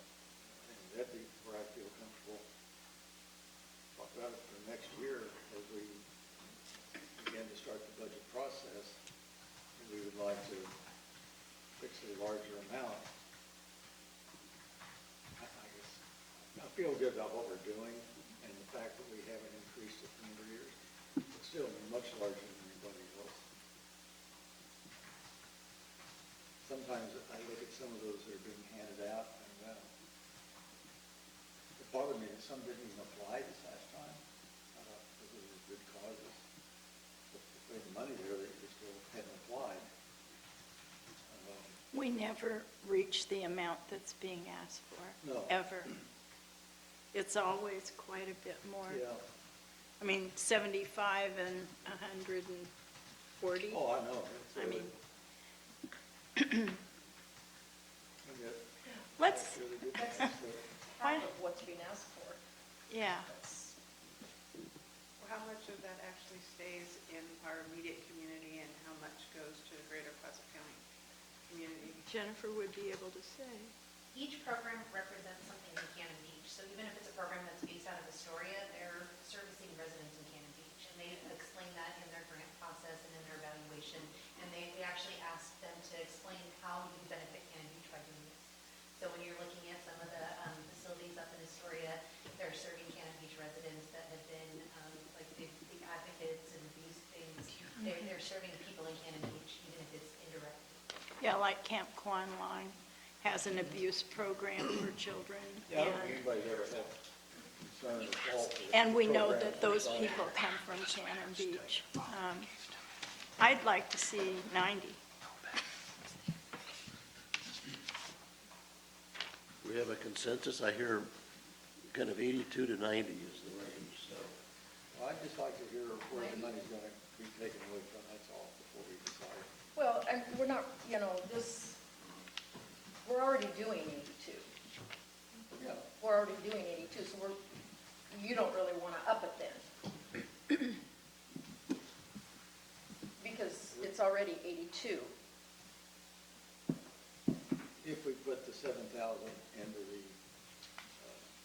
It's coming out of the community programs regardless. I mean, it's all, so it's, yeah, it's already 82. So we're not, you don't want to add any money to the community programs. Not unless we can budget. know where the funds are coming from and what we're willing to give up to put it in the community grants. And I'm not saying there's not a place that Well, if we went from 82, that's another 8,000 to make it 90. So that's all you would just be, increasing this by 8,000. and you're decreasing somewhere else by 8,000. I just want to know where that's coming from. If I can, understanding your point, Mike, I would prefer not to answer that tonight, but if the direction is to find the 8,000, and you don't necessarily make the decision on your dollar amount tonight, but just say, go find that, then we can bring it back and try to find the place that'll have the least negative impact, so that you can take that action if you choose. Yeah, But it's hard for me to answer it tonight. Yeah, I mean, that's normally what they do is that, you know, So, zoom to 90 and then show us. Do we have a consensus on 90 to give that to Bruce? Is that, everybody kind of buy off on 90? I think we'll keep it to 82 or 85. I'm fine with 90.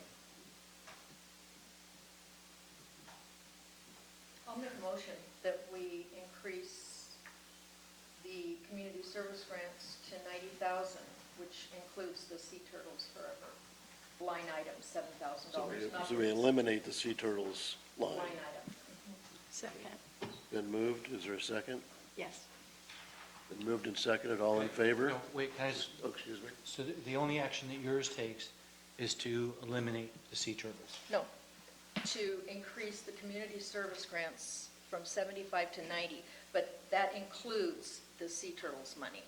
Right, so the sea, So it's as really part of your only motion, going you're eliminating the sea turtle, actually, you're transferring the funds that we were talking about for sea turtles Yes. to the community grants, and then Adding making that 8. 82, and then adding 8.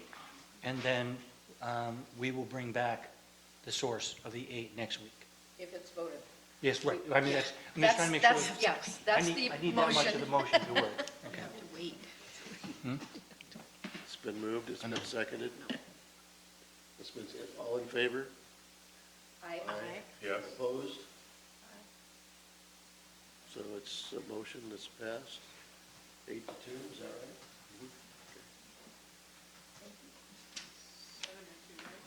right? That's 7-2, right.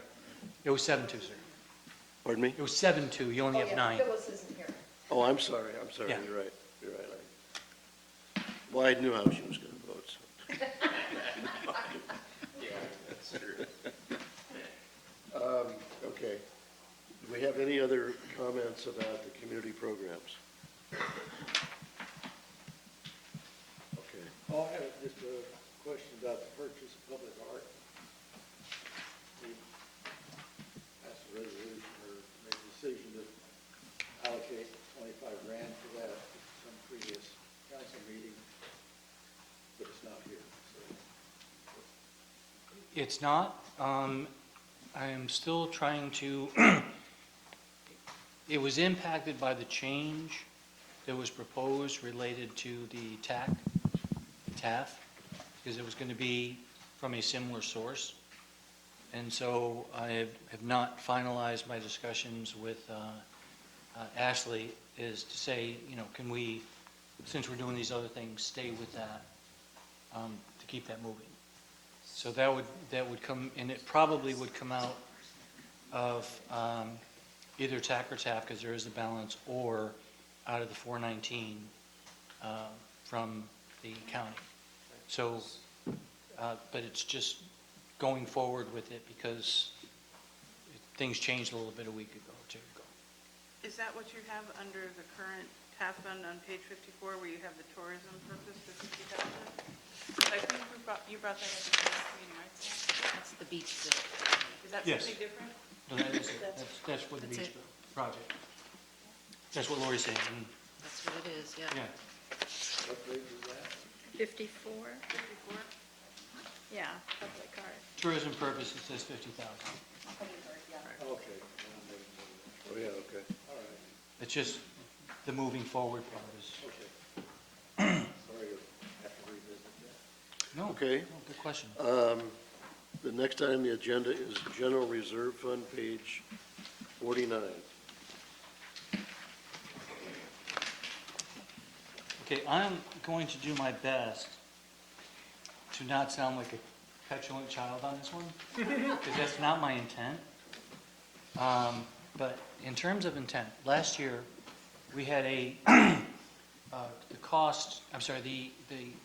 reserve was set aside for, and I don't know the exact name, facilities, city functions, those kinds of things. And we had virtually no general fund reserve.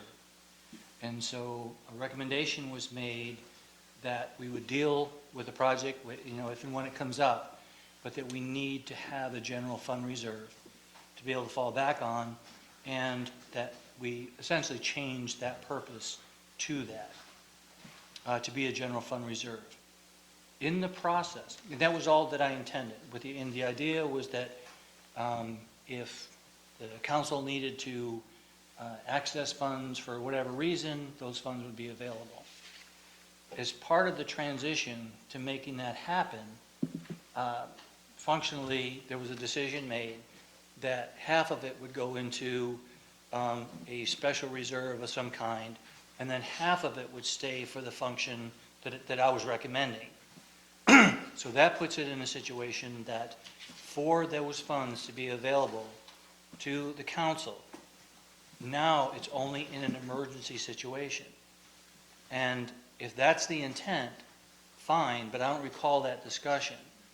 My preference is always to give the sitting council the best options that they can have.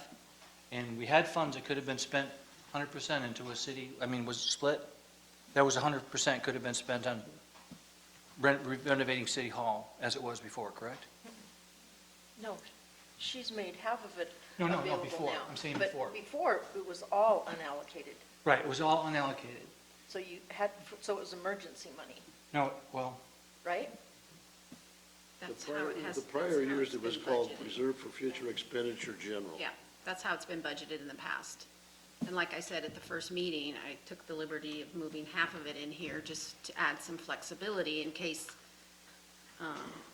council did need to get to it without an emergency. That's the unallocated, Correct. and that would be totally non-restricted. The council could do whatever they want to do with it. Yes, With as the long as it's difference. a capital project. Right, and then the other two funds would be restricted. The other half, They'd have to be an emergency or something, I think you said. yes. and So your my- intent, Bruce, is to, well, I don't recall that discussion to say we would split it that way. The intention was that it would go to this other purpose, that it would be a general fund reserve available to the council. unallocated project. Rich, I'm not going to, because I don't know which term gets me in trouble and which one No, doesn't. no, but no, but I mean, you're saying Yes, you'd rather yes. have the flexibility rather than the restriction. Right. So what I'm asking for is, however it's set up, that's fine, we'll work with it. But that wasn't the recommendation. I don't recall discussion saying, well, let's set aside half of it for emergencies only. And so, and what I'm thinking is that, we have the potential for a city hall coming up. There's discussion about purchasing land up in the watershed, those kind of things. And to me, a general fund reserve is a powerful location to go for those. It would have to be, it would be available for council if that was how we set it up, if that was the intent. If the intent, and I totally could have missed the discussion, but if the intent was that it be 50-50, then that's fine. But I didn't recall, and I know that wasn't my recommendation, that we set it up as a 50-50. So I think that you can, have the discussion, ratify the way that it is. Again, my recommendation was to make it as flexible as possible for council, but it's different than what the intention was, so I would just like to see it resolved. So my question first to Lori, do we have any legal requirements to put any of it into a restricted fund? Could we put it all into the unallocated project if we wanted to? Yes. Then I think it's kind of up to the council as far as I'm concerned. I would be willing to go along with Bruce's wish, but My recollection from last year, which is unusual, because I barely can remember next week, remember next week either. was that it was all emergency only. And that we had a long discussion about breaking some of it into unallocated. And then there was a lot of tension about how much should be going, and so that we always had that little bit of reserve for an emergency. That's where we came up with the 50-50. That's my recollection of last year's discussion. I'm comfortable with the 50-50. I do know and understand where Bruce is coming from, having more available so that we could pump it into a project makes sense. But that's because I'm sitting here. If I was sitting over there, I might not think that. So that's just my concern. What does it take to declare an emergency? Well, there's certain criteria that the state, Maybe the governor has to declare an emergency or something. Starts here. We'll start with city council. declares an emergency in writing, and then it goes to the county to the state, and the state to the feds. So that kind of emergency. I can go look it up in my office. I'll go look it up. Last year's budget, if you look at the budget, was not split 50/50. It was 400,000 restricted. Is that right? Am I looking at that right? It was 400,000 put into a restricted fund. It could have been a flat amount. Yeah, I don't know. That was the- There's a that was- there's a number That was the missing. amount we added. We were- And we had, That's, yeah, so all of it, 1.3 was total reserve, was reserved. or it was restricted, it was unappropriated, unappropriated. No, there's missing though, under the, if you look at the total expenditures, it doesn't add up to $1.3 million. So there's something missing, there's a line item missing. Well, there's Right. transfers in and out also. So there's $1.3 million in resources, and only 400 shows in, I bet you she missed that line. But, you know, and it shows here, the $400,000 that was from last year. But where's the other? Well, I'm saying, but that's reserved for future expenditure, parentheses, strategic planning goal. Yeah, but there would have been 913,000 somewhere else. It's just missing from, I think it's maybe a typo. That'd be my guess. Laura was outside of her room. Yeah. Yeah. She may stay out there too. Because all the other numbers add down, this number should add down. Yeah, and you can see that the balance next to it from the previous year is there, above the 400. Oh, that makes sense.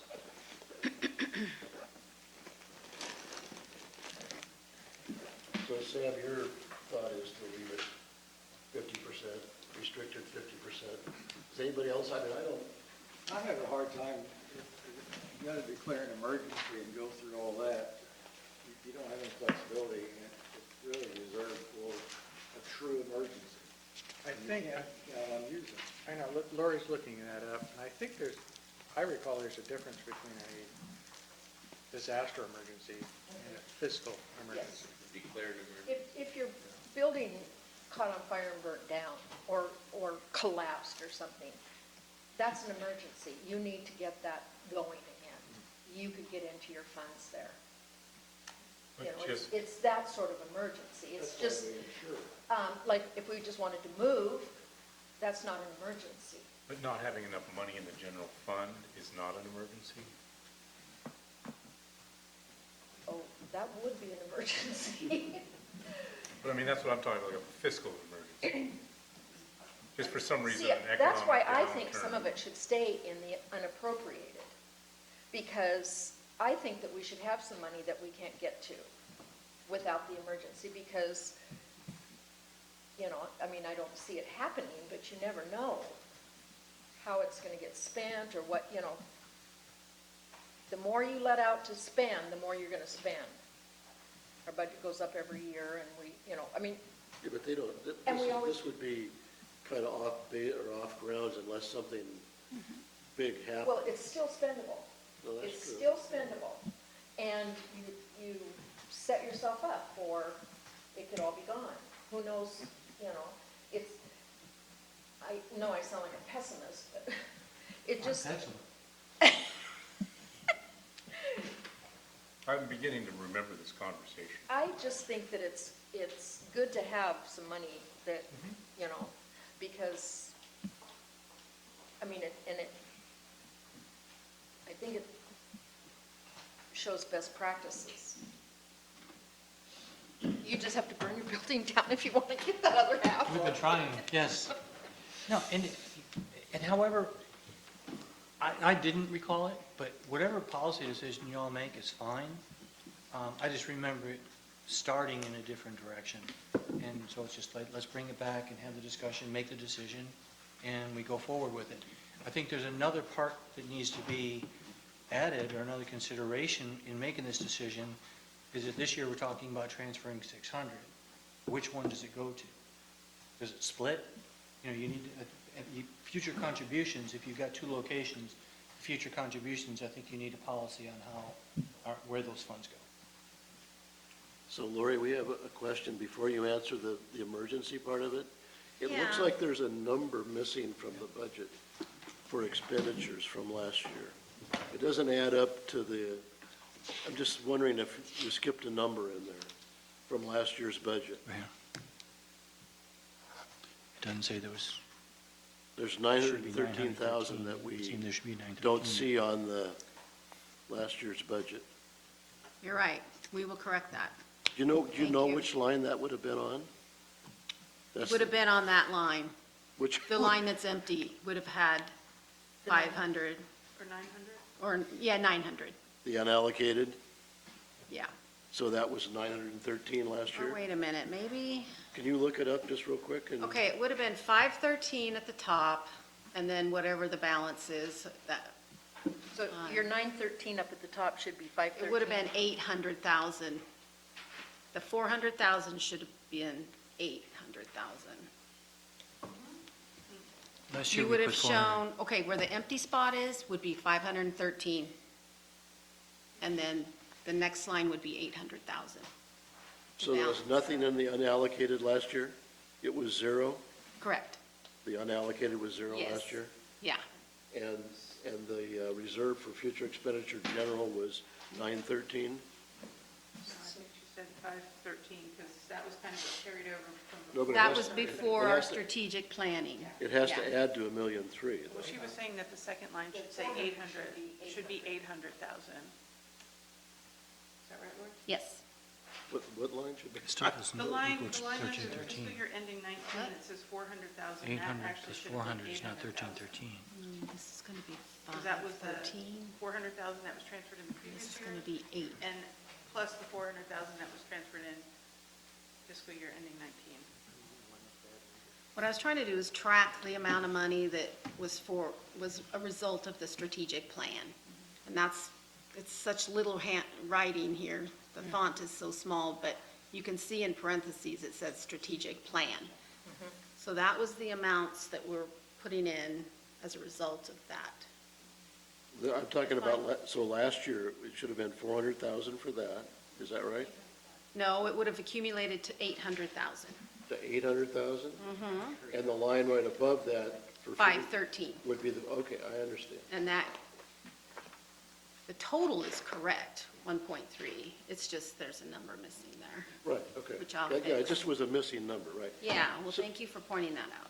So this year, we're proposing to be more liberal, actually, with it. We're putting half of it in the, what's called unallocated project.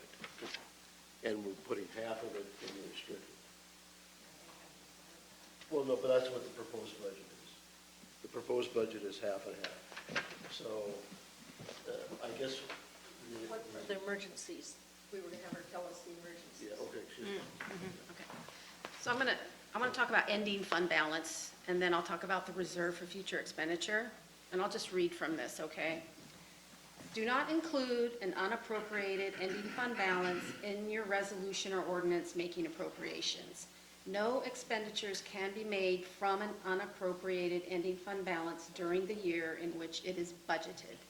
The only exception to this is in an emergency situation arising during the year by involuntary conversion, which is theft, vandalism, accident, etc., civil disturbance, or natural disaster.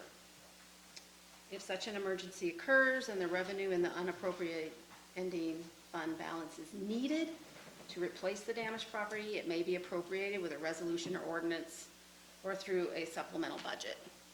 So that's how you get it. Like the general fund, when we have the ending fund balance, that's the only way that you can get to that money. Is that helpful? Okay. So then, reserve funds are different. They have this thing called reserved future expenditure. And that's the terminology you're supposed to use if it's a reserve fund. So, and this one is worded a little bit differently, and I don't know if it's very clear or not, but I'll read it. Since the initial intent when the budget is adopted is not to spend the amount reserved for future expenditure, do not include it in the resolution or ordinance making appropriations. If the need arises during the fiscal year to spend this money, a supplemental budget may be adopted to appropriate the expenditure. And then it says in the next paragraph, an exception to this is in an emergency situation created when property is destroyed by involuntary conversion, civil disturbance, or natural disaster. So I'm thinking maybe they say you can do a supplemental budget to get to it. Sounds like you could, yeah. Yeah, where I was under the impression it had to be a strict emergency. So maybe this is more flexible than I initially conveyed to Bruce. That supplemental budget mean convening the budget committee? No, just Mean council. The city council? The city Just the city council. council. Okay. Yeah, So maybe we ought to just leave it the way it is then, because you still have the flexibility to go in and hold a supplemental budget committee or budget meeting. Once we have identified a need for that expenditure, right, the supplemental budget. Okay, It so sounds like because you it. call this a reserve account, it's the general reserve account, you can spend, and then you just have to do a supplemental budget, yeah. correct? Just Correct. like any other of your departments in their reserve accounts. Yes. Okay, so then, where, if you had unappropriated funds, is that like just on your first page? You know, The city council, they, basically the budget has very little unallocated reserved for future expenditure because we've got all those monies. right, but I mean, if you were going to. They're in I should say, contingency, If you were right? going to have unrestricted, or unallocated. Well, You- unappropriated funds are what you put in reserve for future expenditure or ending fund balance. Those are unappropriated. They're not meant to be spent. So that's why it doesn't go in your resolution where your council is adopting your level of spending authority. So it's never included in that. But most of our unallocated funds that we used to show on the unallocated line are now in the contingency line. We've done that the city has done that on purpose over the last 3 or 4 years. Okay, No, I don't, I think no. it's, I think the opposite. We don't have a contingency. We have just an unallocated line like it's. But every shown. line, every budget, every line now has a contingency where we used to not have that. We would Well, have a yeah, very- yes, we have, We used to have unallocated, this budget. it would be committee, ending fund balance. Yeah, decided to do Right. that. Right. We used to have ending fund balances, but exactly. we've moved those into contingency. Exactly. Yes. Yes. So, but it looks like we have the flexibility if we leave this the way it is, unless somebody wants to change that, that the council has the flexibility to go in and spend that money if they follow the right procedure. When you say leave it as it is, you mean Leave it as it's- an as it's- allocated project? As is proposed here. Well, what's the difference in leaving it the way it is proposed this year versus the way that it was done last year, where it's all in that reserve? Because it just sounded like what you read is that you can get to the, or did I hear that, you can get to the reserve funds via a supplemental budget? I think that's what it says. That's what I heard. So Yeah, but then- that's not an unallocated ending fund balance. It's just an unallocated project. But what's the benefit of putting an unallocated project versus leaving it all in reserve for future expenses? They can spend that without having to have a meeting. They can anyway, just, the way it is. they can agree to take the money out of there and do whatever they want. I think you always have to do you have to have a meeting and do a transfer from, And a supplemental yeah, we budget. can't just say, well, we'll take that out of reserve. There would have to be a transfer. Well, you would just have to have council approval of Right, how you're right. going to spend it, and it wouldn't involve a budget adjustment. Is there a difference between a resolution where a resolution and a budget, what was the word that you used when you read that? A supplemental budget. Is there a difference between a resolution that reallocates funds within a fund? Not much of a difference, no. It's a different procedure, depending on the level of spending. You have the same flexibility. It's a procedural thing. I guess I'm concerned on why do we have two different allocations of the unallocated amounts? Why not just put it all in one? So in other words, you would have 513 under the general and then whatever that other number is. when you add the 956. 443, anyway, you have the, Those are both restricted, but the city could spend them if they go through the proper procedure. Right. It doesn't have to be an emergency. Right, but the unallocated project, they have to go through a process to get to that as well. I mean, there's got to be a budget, a resolution in order to Right. allocate that to whatever. Is that right? And isn't it if it's over 10% of changing, you have to do a Yeah, supplemental budget? Yeah. there are So parameters. they just would do the resolution that they're going to spend the money, and then they would do a supplemental budget. It's just procedure. Once you decided you're going to spend it, it's just procedure. but why break it into two parts, I guess? Yeah, I mean, I think it would just be cleaner to have the, what would it be? It'd be 1.4 under strategic plan objective and the 513 under general? Well, what's the strategic plan objective? To What's- save 400,000 a year, Yeah. right? Okay. So do we have a proposal to make changes on this proposed budget? We have a motion to move it around or consensus to where to move it? I always would like to have some put aside that we couldn't touch. I mean, that's just, It sounds like in the definition of what Lori just read us, that you always have the option of spending all of it. I know, and that makes me uncomfortable. But having it under something that's called reserve for future expense other, as opposed to an unallocated project, I think to me, and maybe this is just me, the unallocated project just seems more open to being able to use that, whereas the other one is kind of more of a, yeah. Lori, could you add an unallocated ending fund balance to this reserve? That way you couldn't spend it, right? I'm If you not- had an unallocated ending fund balance, is that right or not? Not in the city. No? No, Okay. So they could, anything that's in here, they could spend. with a, well, right now, the way it's proposed, you can spend the 956,000 with council approval without a budget, any kind of budget adjustment. Or if you moved that 956 down to the reserved for future expenditure, then in order to spend it, council would approve a supplemental budget, and then you could do that. Can I just jump in since I started this mess? I don't have a problem if it's not easy for council to get to it. I just was not comfortable with the idea that it's impossible, or it would only be for, an emergency and then out of our control. Very limited, yeah. Yeah, so if, I think, and this is what I'm used to, that it would take an extra effort, like you have your budget and then you have your reserve. If you wanted to use anything from the reserve, there had to be a conscious discussion, decision, everything, that you were going to go over, and look in that area for funding.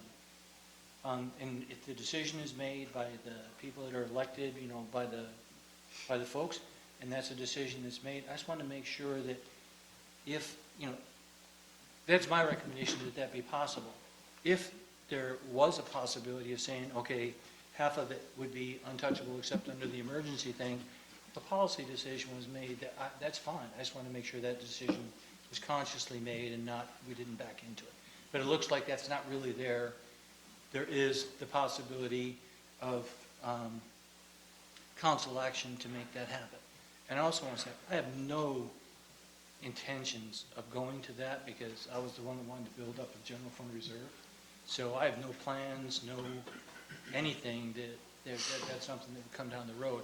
I just wasn't comfortable that if you're the representative, it's the money that you're, is put in your hands, that in fact you can do what you need to do in your mind with it. That was my only point. So I'm saying, I would suggest we just leave it alone, as presented.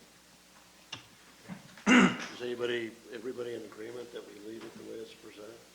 I just have just one question. With additional funds, because you had two buckets, what is your policy for where those funds would get distributed? Do we just want to make that decision every year? Like this year, we're talking about $600,000. Does one of them go to 1.5 million and the one stays at 9? Do they both go to 12, 1.2? What, you've made a policy with the funds that are there. What policy decision do you make on future contributions where those get allocated? Leave it 50/50 or move it all into the reserve? Is that what you're saying? No, whatever you want. No, I'm but just I mean, saying. so that's what Yes, you'd there like needs- an answer to. Yes. Yeah. You made a decision on what's there.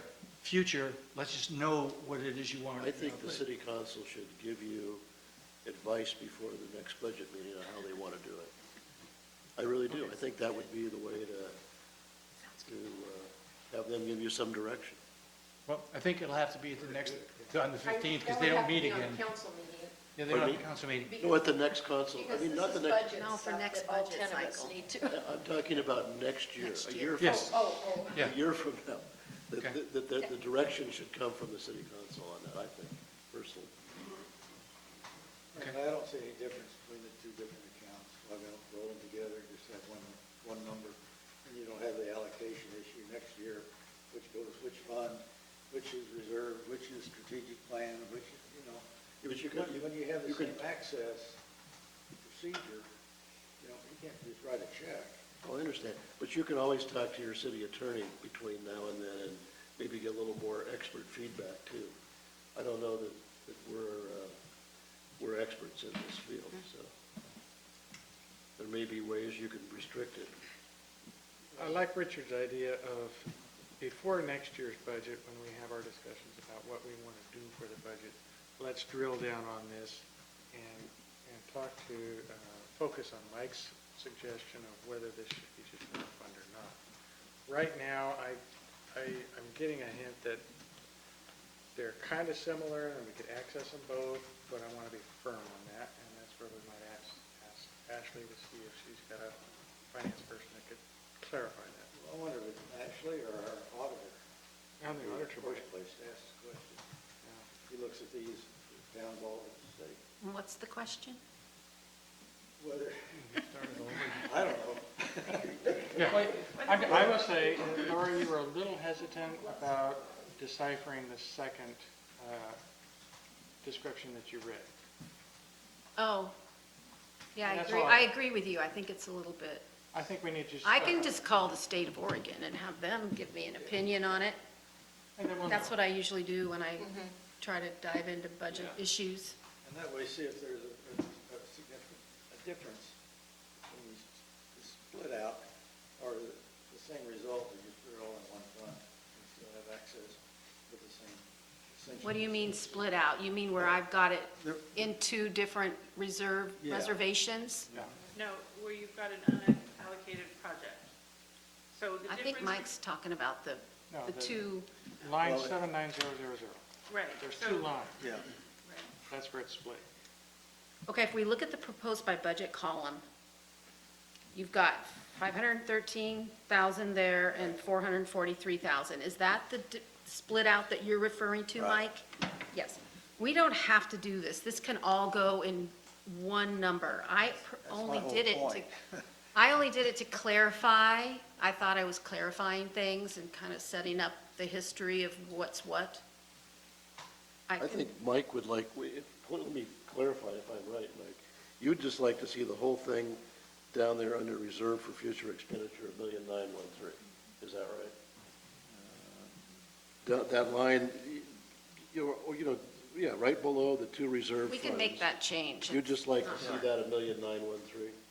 I certainly would. Yep. So in other words, not to have an unallocated project with amount, and then not to have two reserved for future lines, just one Yeah, reserve. 'cause it's just confusing. We can use the funds for any of it.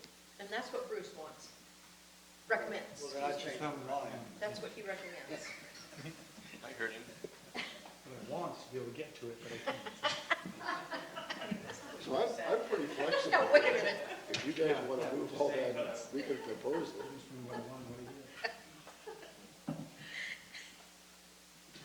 I don't know, frankly, it makes a lot of difference other than it's confusing. All these different categories, it's all. Well, I would say we leave it alone unless somebody strongly wants to change it, and that you give Bruce some direction a year from now on what you want this to look like. So you're talking about three different funds, basically. Because we're not talking about changing the totals. We're talking basically logistics and how it's going to get spent and how it's the terminology of it. So, And also to get some clarity on the definition. I just don't want to have $500,000,000 locked up that we can only get to in the event of war. You know, it's, The other thing is, it's only locked up for 12 months. We can always get to it at the next budget. So, I mean, even if the disaster happens, we have this fund available to us within the next time period. So, If that disaster happens, you'll find the money is in your bank accounts. I mean, that's a disaster. You know, we just ask for forgiveness there. I guess disaster was the wrong word. If that project comes up, all we have to do is, we could get a loan. My guess for is if a 12 $1 million project comes up, it's gonna take more than a year to get everything done Yeah. before you need the money. That's the other part. Just guessing. so any more discussion on the general reserve fund? we're just going to leave it as it is. I think we leave it, unless there's strong objections, I would say we leave it as it is. Leave it as is. We have, Bruce wanted to do one more, the Haystack Rock tonight. You want to do that, or you want to put it off? Yeah, but I have to say, it's much harder than the last one. Let's do it. We can dive into it. Dave? 35. Actually, did you hand these out? I handed it out. Okay, Everyone has you one. You have something that looks like this in front of you, it's not in the book. With no page number on it, It's right? a handout. Yeah, it's a handout, Richard. right, with no page number. And the reason is, there was the budget that was by the budget officer, and then there's another number. And, sorry? I think this is yours. And the bottom numbers are, one is 373,142, and the other is 351,962. And it started from a comment that, you know, the program seems to keep growing and the expenditures keep going up, and that's true. So I tried to sort out some of the reasons for those things occurring. One is that those people are extremely enthusiastic, and they're really good at what they do. So the program is wildly successful. So that speaks well of it. And it also talks about its ability to grow. A couple things that have increased over the past, or a couple things that have changed that have increased the cost. One is that there used to be 6 months that we supplied people on the beach. And is my understanding, it predated me. Now we're at 8. The impact of that is that every day that we're out on the beach, there's 2 people that are in a paid, you know, the lead interpreters or whoever, plus whatever volunteers. So that increases the cost of the folks that are on the beach. So that's part of where the increase came from. Another part is that the wheelchair program came out of HRAC. And so the responsibility for renting them out or assigning them out or whatever, I gave that to HRAC. There was always pushback on that because of the time that it took to do it. And what my pushback on the pushback was, you have staffing, find a way to make it work. But there is a lot to it, because people are calling all the time. You have to return calls, you have to keep track of where it is. Somebody has to physically be here to go ahead and say, here's the wheelchair. Somebody has to physically be here to go ahead and take it back in. And so even if you rent the chair out,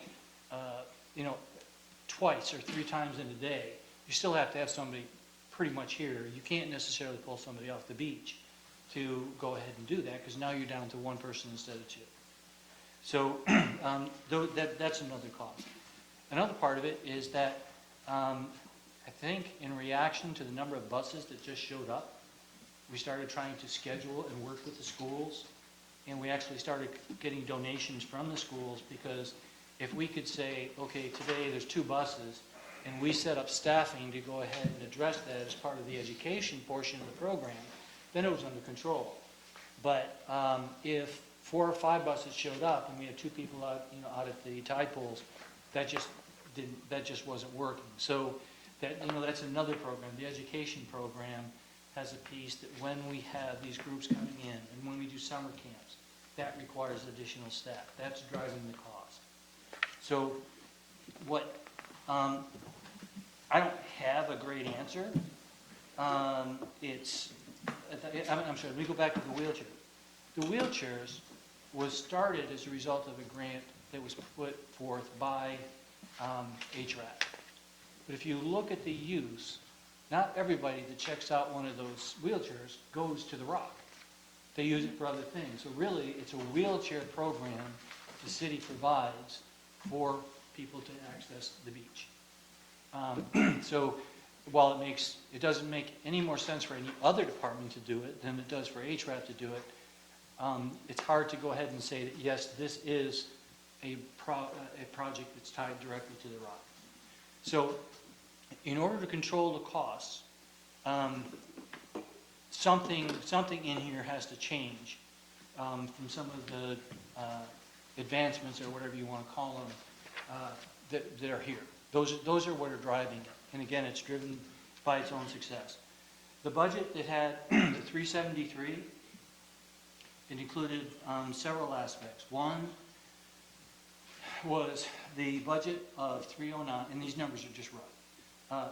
Last year's budget was about 309,000, and so a general increase of about 5%. It would cover PERS, everything else, materials, all those kind of things.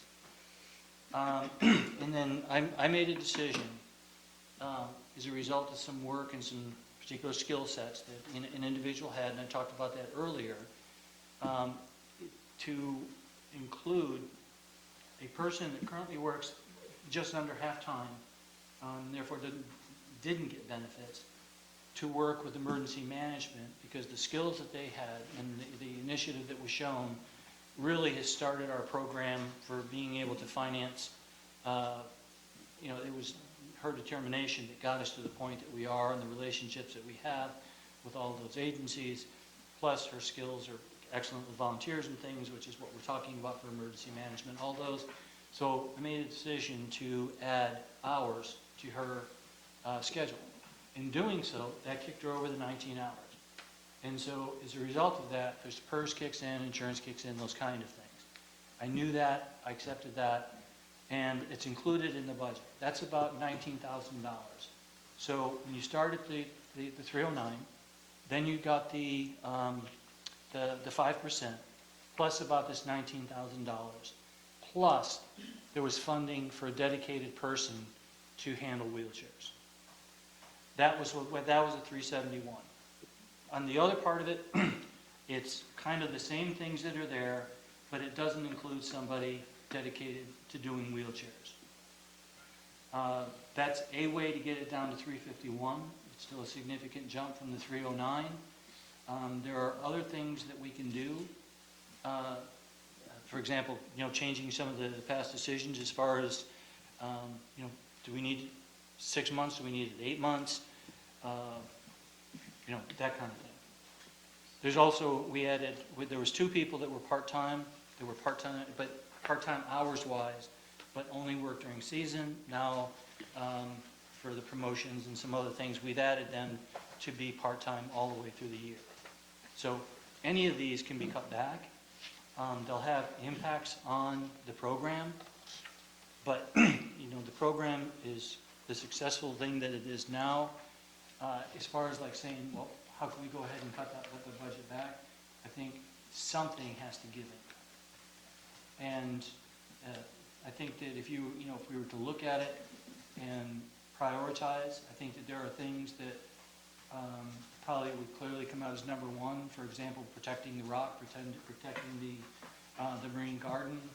There are other programs that have been added, the education programs, the school programs, the plastic art programs, those kind of things, all of which have, contributed to staff time and adding cost.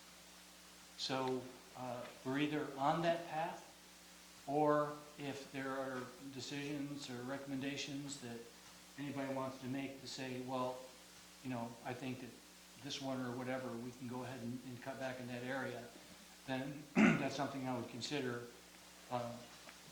in trying to bring the budget down. But the 351 includes the things I talked about, but does not have a dedicated person to wheelchairs.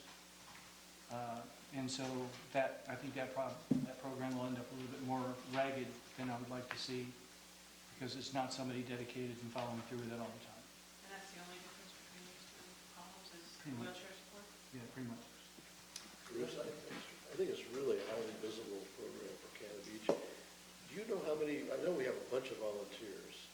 Do you know how many volunteers and kind of hours that they contribute to the program? I don't, but we discussed that to a degree last night, because it was they do a report every month to the council. And there's a huge bunch of volunteers. And there's a lot of the residents, and Yeah. there's people, I know there's people that commute, I know there's one lady that commutes from Tillamook up here. Right, right. And, there's people from all over the community that Yeah. contribute. There's some people that would volunteer, but they can't really get down to the beach, standing down there on the beach for hours. They might be more than happy to volunteer for wheelchair service, be here to hand out, give them the instructions and receive those, and still be volunteering and providing a good Yeah. service. And that would be fine, but we just have to have somebody, pretty much have to have somebody there. But that's an avenue that we can look at in trying to sort through that. Is there a different place where you could find some savings in terms of personnel? Because the wheelchair thing has kind of become a standard on all of the communities, I think, in Clatsop County. I mean, they have Manzanita and Seaside, and I think what you're suggesting would most likely impact the service that we as a community can provide with respect to wheelchairs. And I wonder if that is the best place to find savings, if we need to find savings in the HRAP expenditures. I'm not saying in here, I'm saying we continue the wheelchair program, absolutely. One of the things that they've done to try to help with the cost side is to do it 5 days a week and not do it on weekends. Most of our requests are for weekends. So that didn't exactly go the way it should have gone. But in this, I'm not advocating in any way that we don't continue to do the wheelchair. I think that's an amazing thing that we do. But it's just the ability to manage it effectively. The second budget has somebody that's there to do it. We kind of had somebody doing that last year. As a result, we're over budget this year, so we're dealing with that issue. As a result of some management My decisions. concern is the staff we have, frankly, rather than being on the beach, is out fundraising outside the city, manning tables at other fundraising events, doing the outreach, a number of things that I don't see as directly related to protecting and educating about the rock and being available. I made a point a few times to go down, and I saw that report from HRAP, and 150 volunteers. I saw one. I went down. And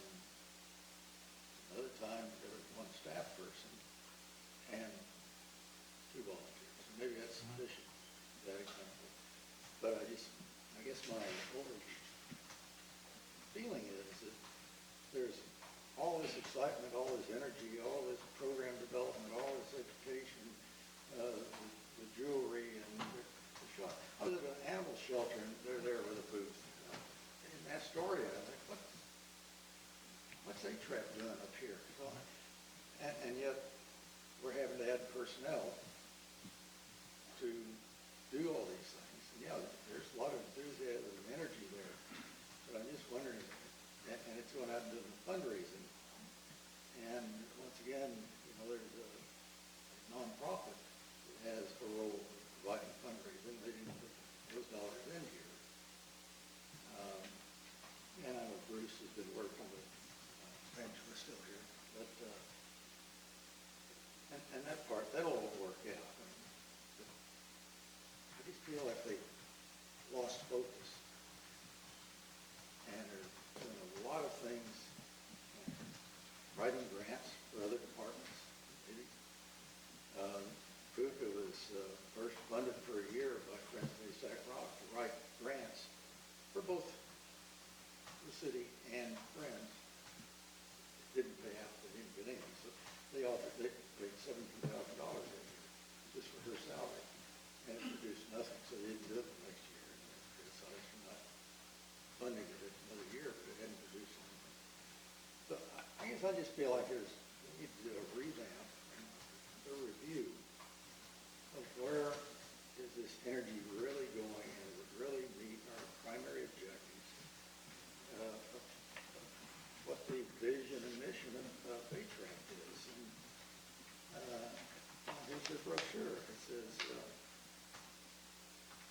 that protection, I'm not going to read it, it's fairly lengthy, but it's for protection of the wildlife. There's the marine life, the intertidal region around the rock. And yet I see them everywhere else. And it's grown and grown and grown. 200,000, 314, 373. And I think that what you're seeing, Mike, is kind of the extension of the energy and becoming part of probably the state community as far as dealing with some of these issues. So that's, taking time, expense, those sort of things. But they've not been given direction to not do it. And, now this year we're talking about it in the budget. I don't know if you had discussions before I got here, but now that we're having those, again, they're very successful, they're very good at it, but there's, seems to be an ongoing cost or a cost associated with some of the programs that are getting picked up. And so I think that on one hand, it's with the 351 is that, okay, well, that's the number, and I told you that a good portion of that was a decision that I made, that we cut it off there, and then whatever you can get done within those dollars, given that your primary responsibility is the tide pools and the rock, and just scale back until you stay within budget. And one of the problems is that didn't happen last year. They kept on going, and so we're dealing with the over expenditures at this point. Bruce, is there any way that we can get TRT funds to cover some of the expanded program? Does that make any sense to try to do that, or? Some of the expanded, if we could tie it to, hey, come to Cannon Beach to see the rock, we could probably do that portion of it. But at one point, I was hoping that because it's such an icon in the city, that we would be able to fund and say, look, this is our symbol, our brand. But that's part of the discussion we're having with TAC right now, is that we kind of had that interpretation that kind of thing was acceptable, but then when somebody posted a new bill that kind of said you can do that, kind of implied, well, you can't now. So that is being rethought a little bit. But we actually did try to do that. So I think that there might be a small piece of that where I think that if it was staff members who were the ones that were out doing it, paid staff, then potentially it would be a savings. If it's volunteers out doing it, there wouldn't be a cost associated with it. So I don't see it making a big dent to do that. Isn't there an issue with the city versus a nonprofit? The city shouldn't be making money, the nonprofit should be making money to fund specific city projects. I think, and the Chamber and Visitor Center really do a lot of that work. I think we'd be overlapping, and I don't think it would be a good idea. No, I think that there is some overlapping in all these things. I think it's under the idea that we're spreading the word on the environment, all that. But I think that we have gotten more involved on those kind of things and reaching out. As far as the fundraising, Mike and I have had this discussion. This is the only department I've ever worked with that raised funds and tried to raise funds for its own operation. And there is a 501c3. I don't know what their past has been. Their amounts have declined as far as the amount of revenue that is put in. There was some kind of a weird arrangement before which I had to stop how it operated. But that is something. Do we want to have our folks fundraising for a department? Because we really don't include the money coming in. Start fundraising. Yeah, Public Works Week is coming up. You're going to go ahead and capitalize on that. Well, don't we fundraise with respect to farmers market? I mean, maybe in a different way, but there's vendors' fees and there's donations that come. So, I mean, doesn't that have sort of a similar model? To a degree. There's a certain amount of money comes in with that. I think that it's different, though, that it's not a donation, requesting donations to the farmers market. There's fees paid. Maybe there are some things, they sell merchandise, that kind of thing, but it's not, down there's the, asking people to, there's a tip jar, if you want to call it that. Well, and HRAP send out a year-end mailer Right. soliciting donations. HRAP or Friends? Oh, Friends of Haystack. Yeah, Friends is the nonprofit. That's always been confusing to me ever since I moved here. It's like, you got HRAP and you got Friends, and, kind of, what's the interaction between them and who does what? And Well, the city gets, I've been trying to sort that out since day one with that relationship. Was the fund, I think Friends was begun to be the fundraising portion of HRAP. And Right. at one time, they were funding the volunteer coordinator for HRAP. And they only had they had one pretty much full-time staff director, HRAP. And then we had an AmeriCorps volunteer, and I think some of the Friends money went toward the support of the volunteer coordinator. And then the AmeriCorps pulled out of a lot of programs throughout the country, and one of them was HRAP. So then NOLA went to the city to get funds for a volunteer coordinator, part-time volunteer coordinator, and the city agreed. And I think from then on, It's been a line item, it's been a department. It's just like the farmer's market. They came and asked for money one year, and they got 5,000, and the next year they got 12,000. And then now it's a city department. Friends was starting to be a fundraising element for Right. 501c3, to Yeah. raise funds to support the staff at Haystack Rock, buying telescopes, jackets. They donated $25,000 for that truck, which now the Puppy Club has taken Friends' logo off and said, give us this much money and we'll put your name on it. That's totally wrong. But look at their brochure, it's on the website. I read it. Yeah, I wasn't aware that we'd taken anything off because the Friends And, buy it. and But they used to collect, any beach donations were for the Friends of Haystack Rock. Friends picked it up, gave it to the city, but that bothered Bruce and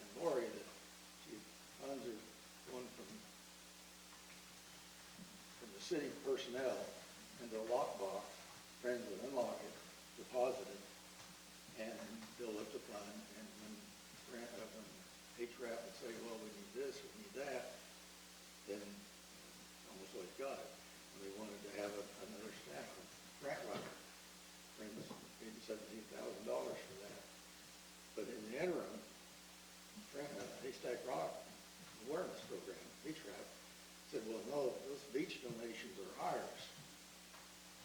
As a result, those funds no longer raised by Friends, so they cut back. They didn't have the money, they weren't raising it, it was coming directly here. And then HRAP says, well, they cut back. They're not supporting us.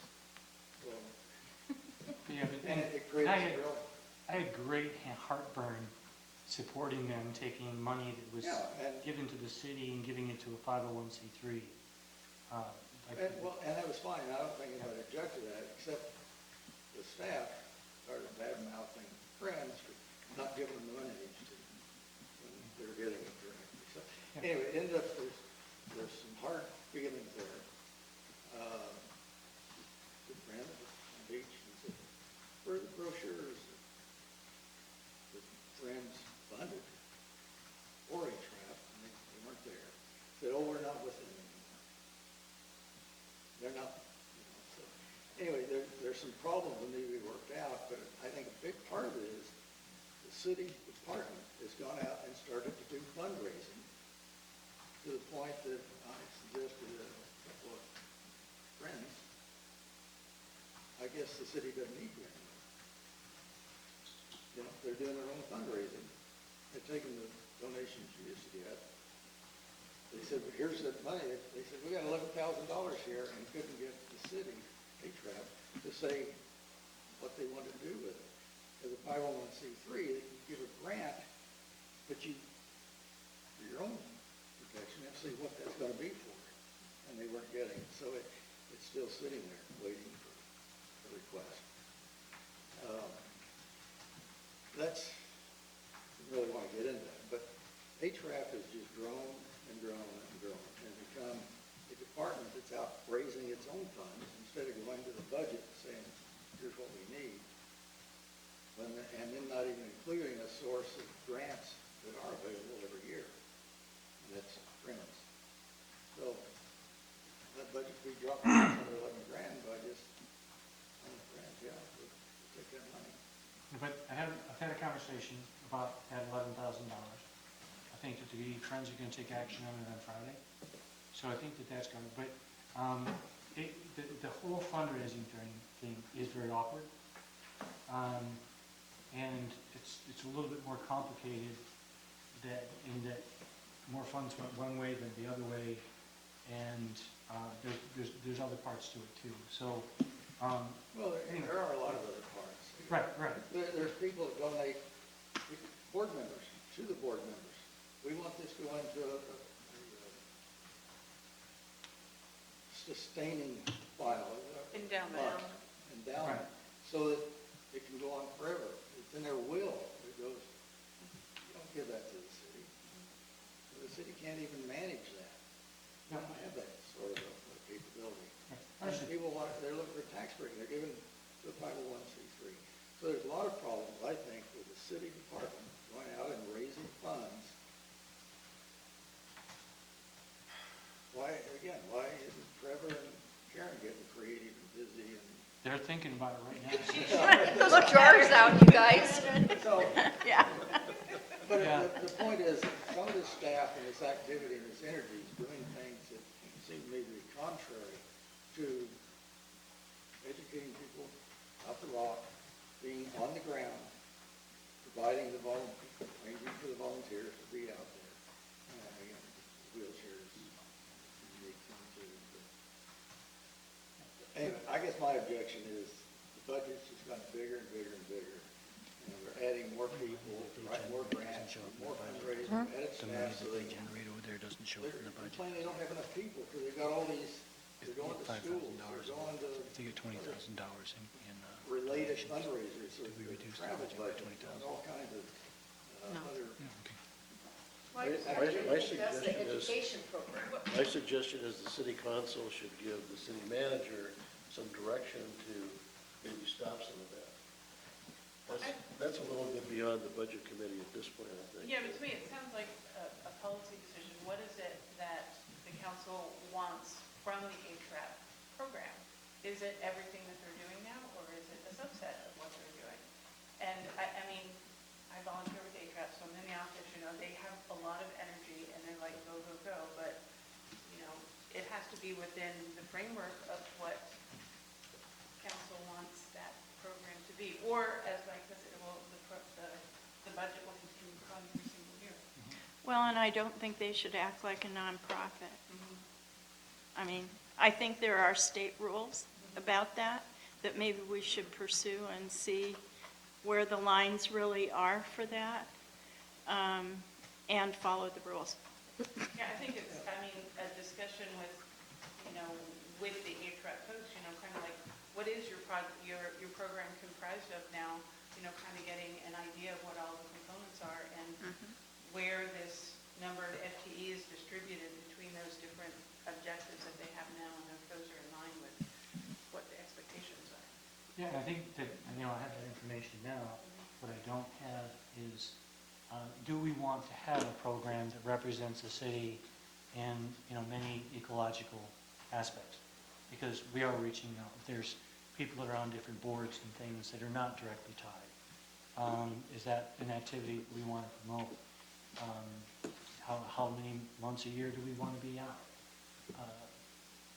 You know, there are things that, right now, it's promoting it as it has expanded. And again, in 1 year, I've seen it expand. But it's what do we want? What do we expect from it? One of the anomalies of this is that there is a fundraising component. And it is complicated because, you know, and one of the complications is that the 501c3 is not totally dedicated to HRAP anymore. And that's good. I mean, I think that they do some good things, but there's concern about what people are donating to. Some of the fundraising that takes place on the beach is relatively effortless, though. Yeah. But then the reaching out to the other areas for the fundraising, that takes more, Takes time and more staff time. Yeah. But being away. yeah. But, you know, and to their credit, I mean, they're trying to find ways to fund these additional activities.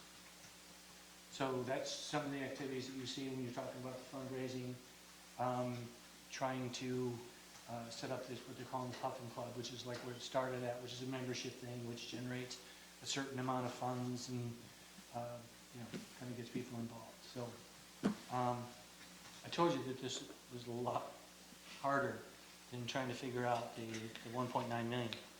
But, no, I wasn't kidding. So anyway, it's, we don't have to finish. I don't think we can get the answers tonight. But I think that I need that direction in order to finalize the budget, in order to set the parameters, because I think that for a long time there have been no parameters other than, you know, hey, go, go, go. And they've certainly done that, and they've been really good at it. So, but then it came down to a funding question this time. So for the budget this year, what I would say is that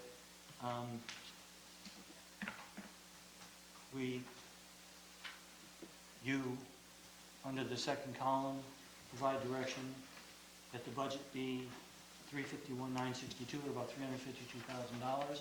I told you what it covers, and then we can work on using those, making sure that within those funds we can handle the wheelchair program 7 days a week. There might need to be other adjustments. And then I'm in ongoing conversations, and you know, Mike, I mean, with friends on trying to go ahead and sort this other issue out. And like I said, that was one of the first things I got involved with. I'm still involved with it. So it hasn't been resolved.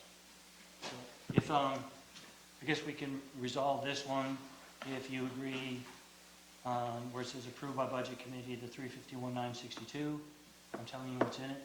We'll work from that, and then there will be further discussions. Any proposed changes to Bruce's revised concerned that that's going to end up impacting the wheelchair program, because that's what you're saying, that the difference between those two line items are. That's what I was. And I'm just uncomfortable with something that would actually, impact that. Well, you say it won't, but that means somebody else is going to have to take up that task. Yes. And is it going to be, It'll impact something else. is it going to impact volunteer, is it going to be a volunteer thing, is it going to be, or is it going to be, impact something else that is encompassed with the salary and wages line, or the part-time salary and wages, in other words, a staff person? It may. It's been a staff person so far. Why don't we think about it for a week? We'll talk about it. Can we talk about it first thing in the next meeting Sure, and kind of get a resolution and move on? sure. Okay.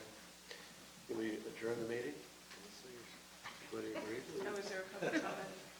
Oh, Richard, is there a public Sam, comment? you don't have Oh, excuse me. energy when That's right, we have public comment. Does anybody want to say anything? 3:30, you're not right. Okay, all right, thank you. We'll adjourn the meeting. Thank you.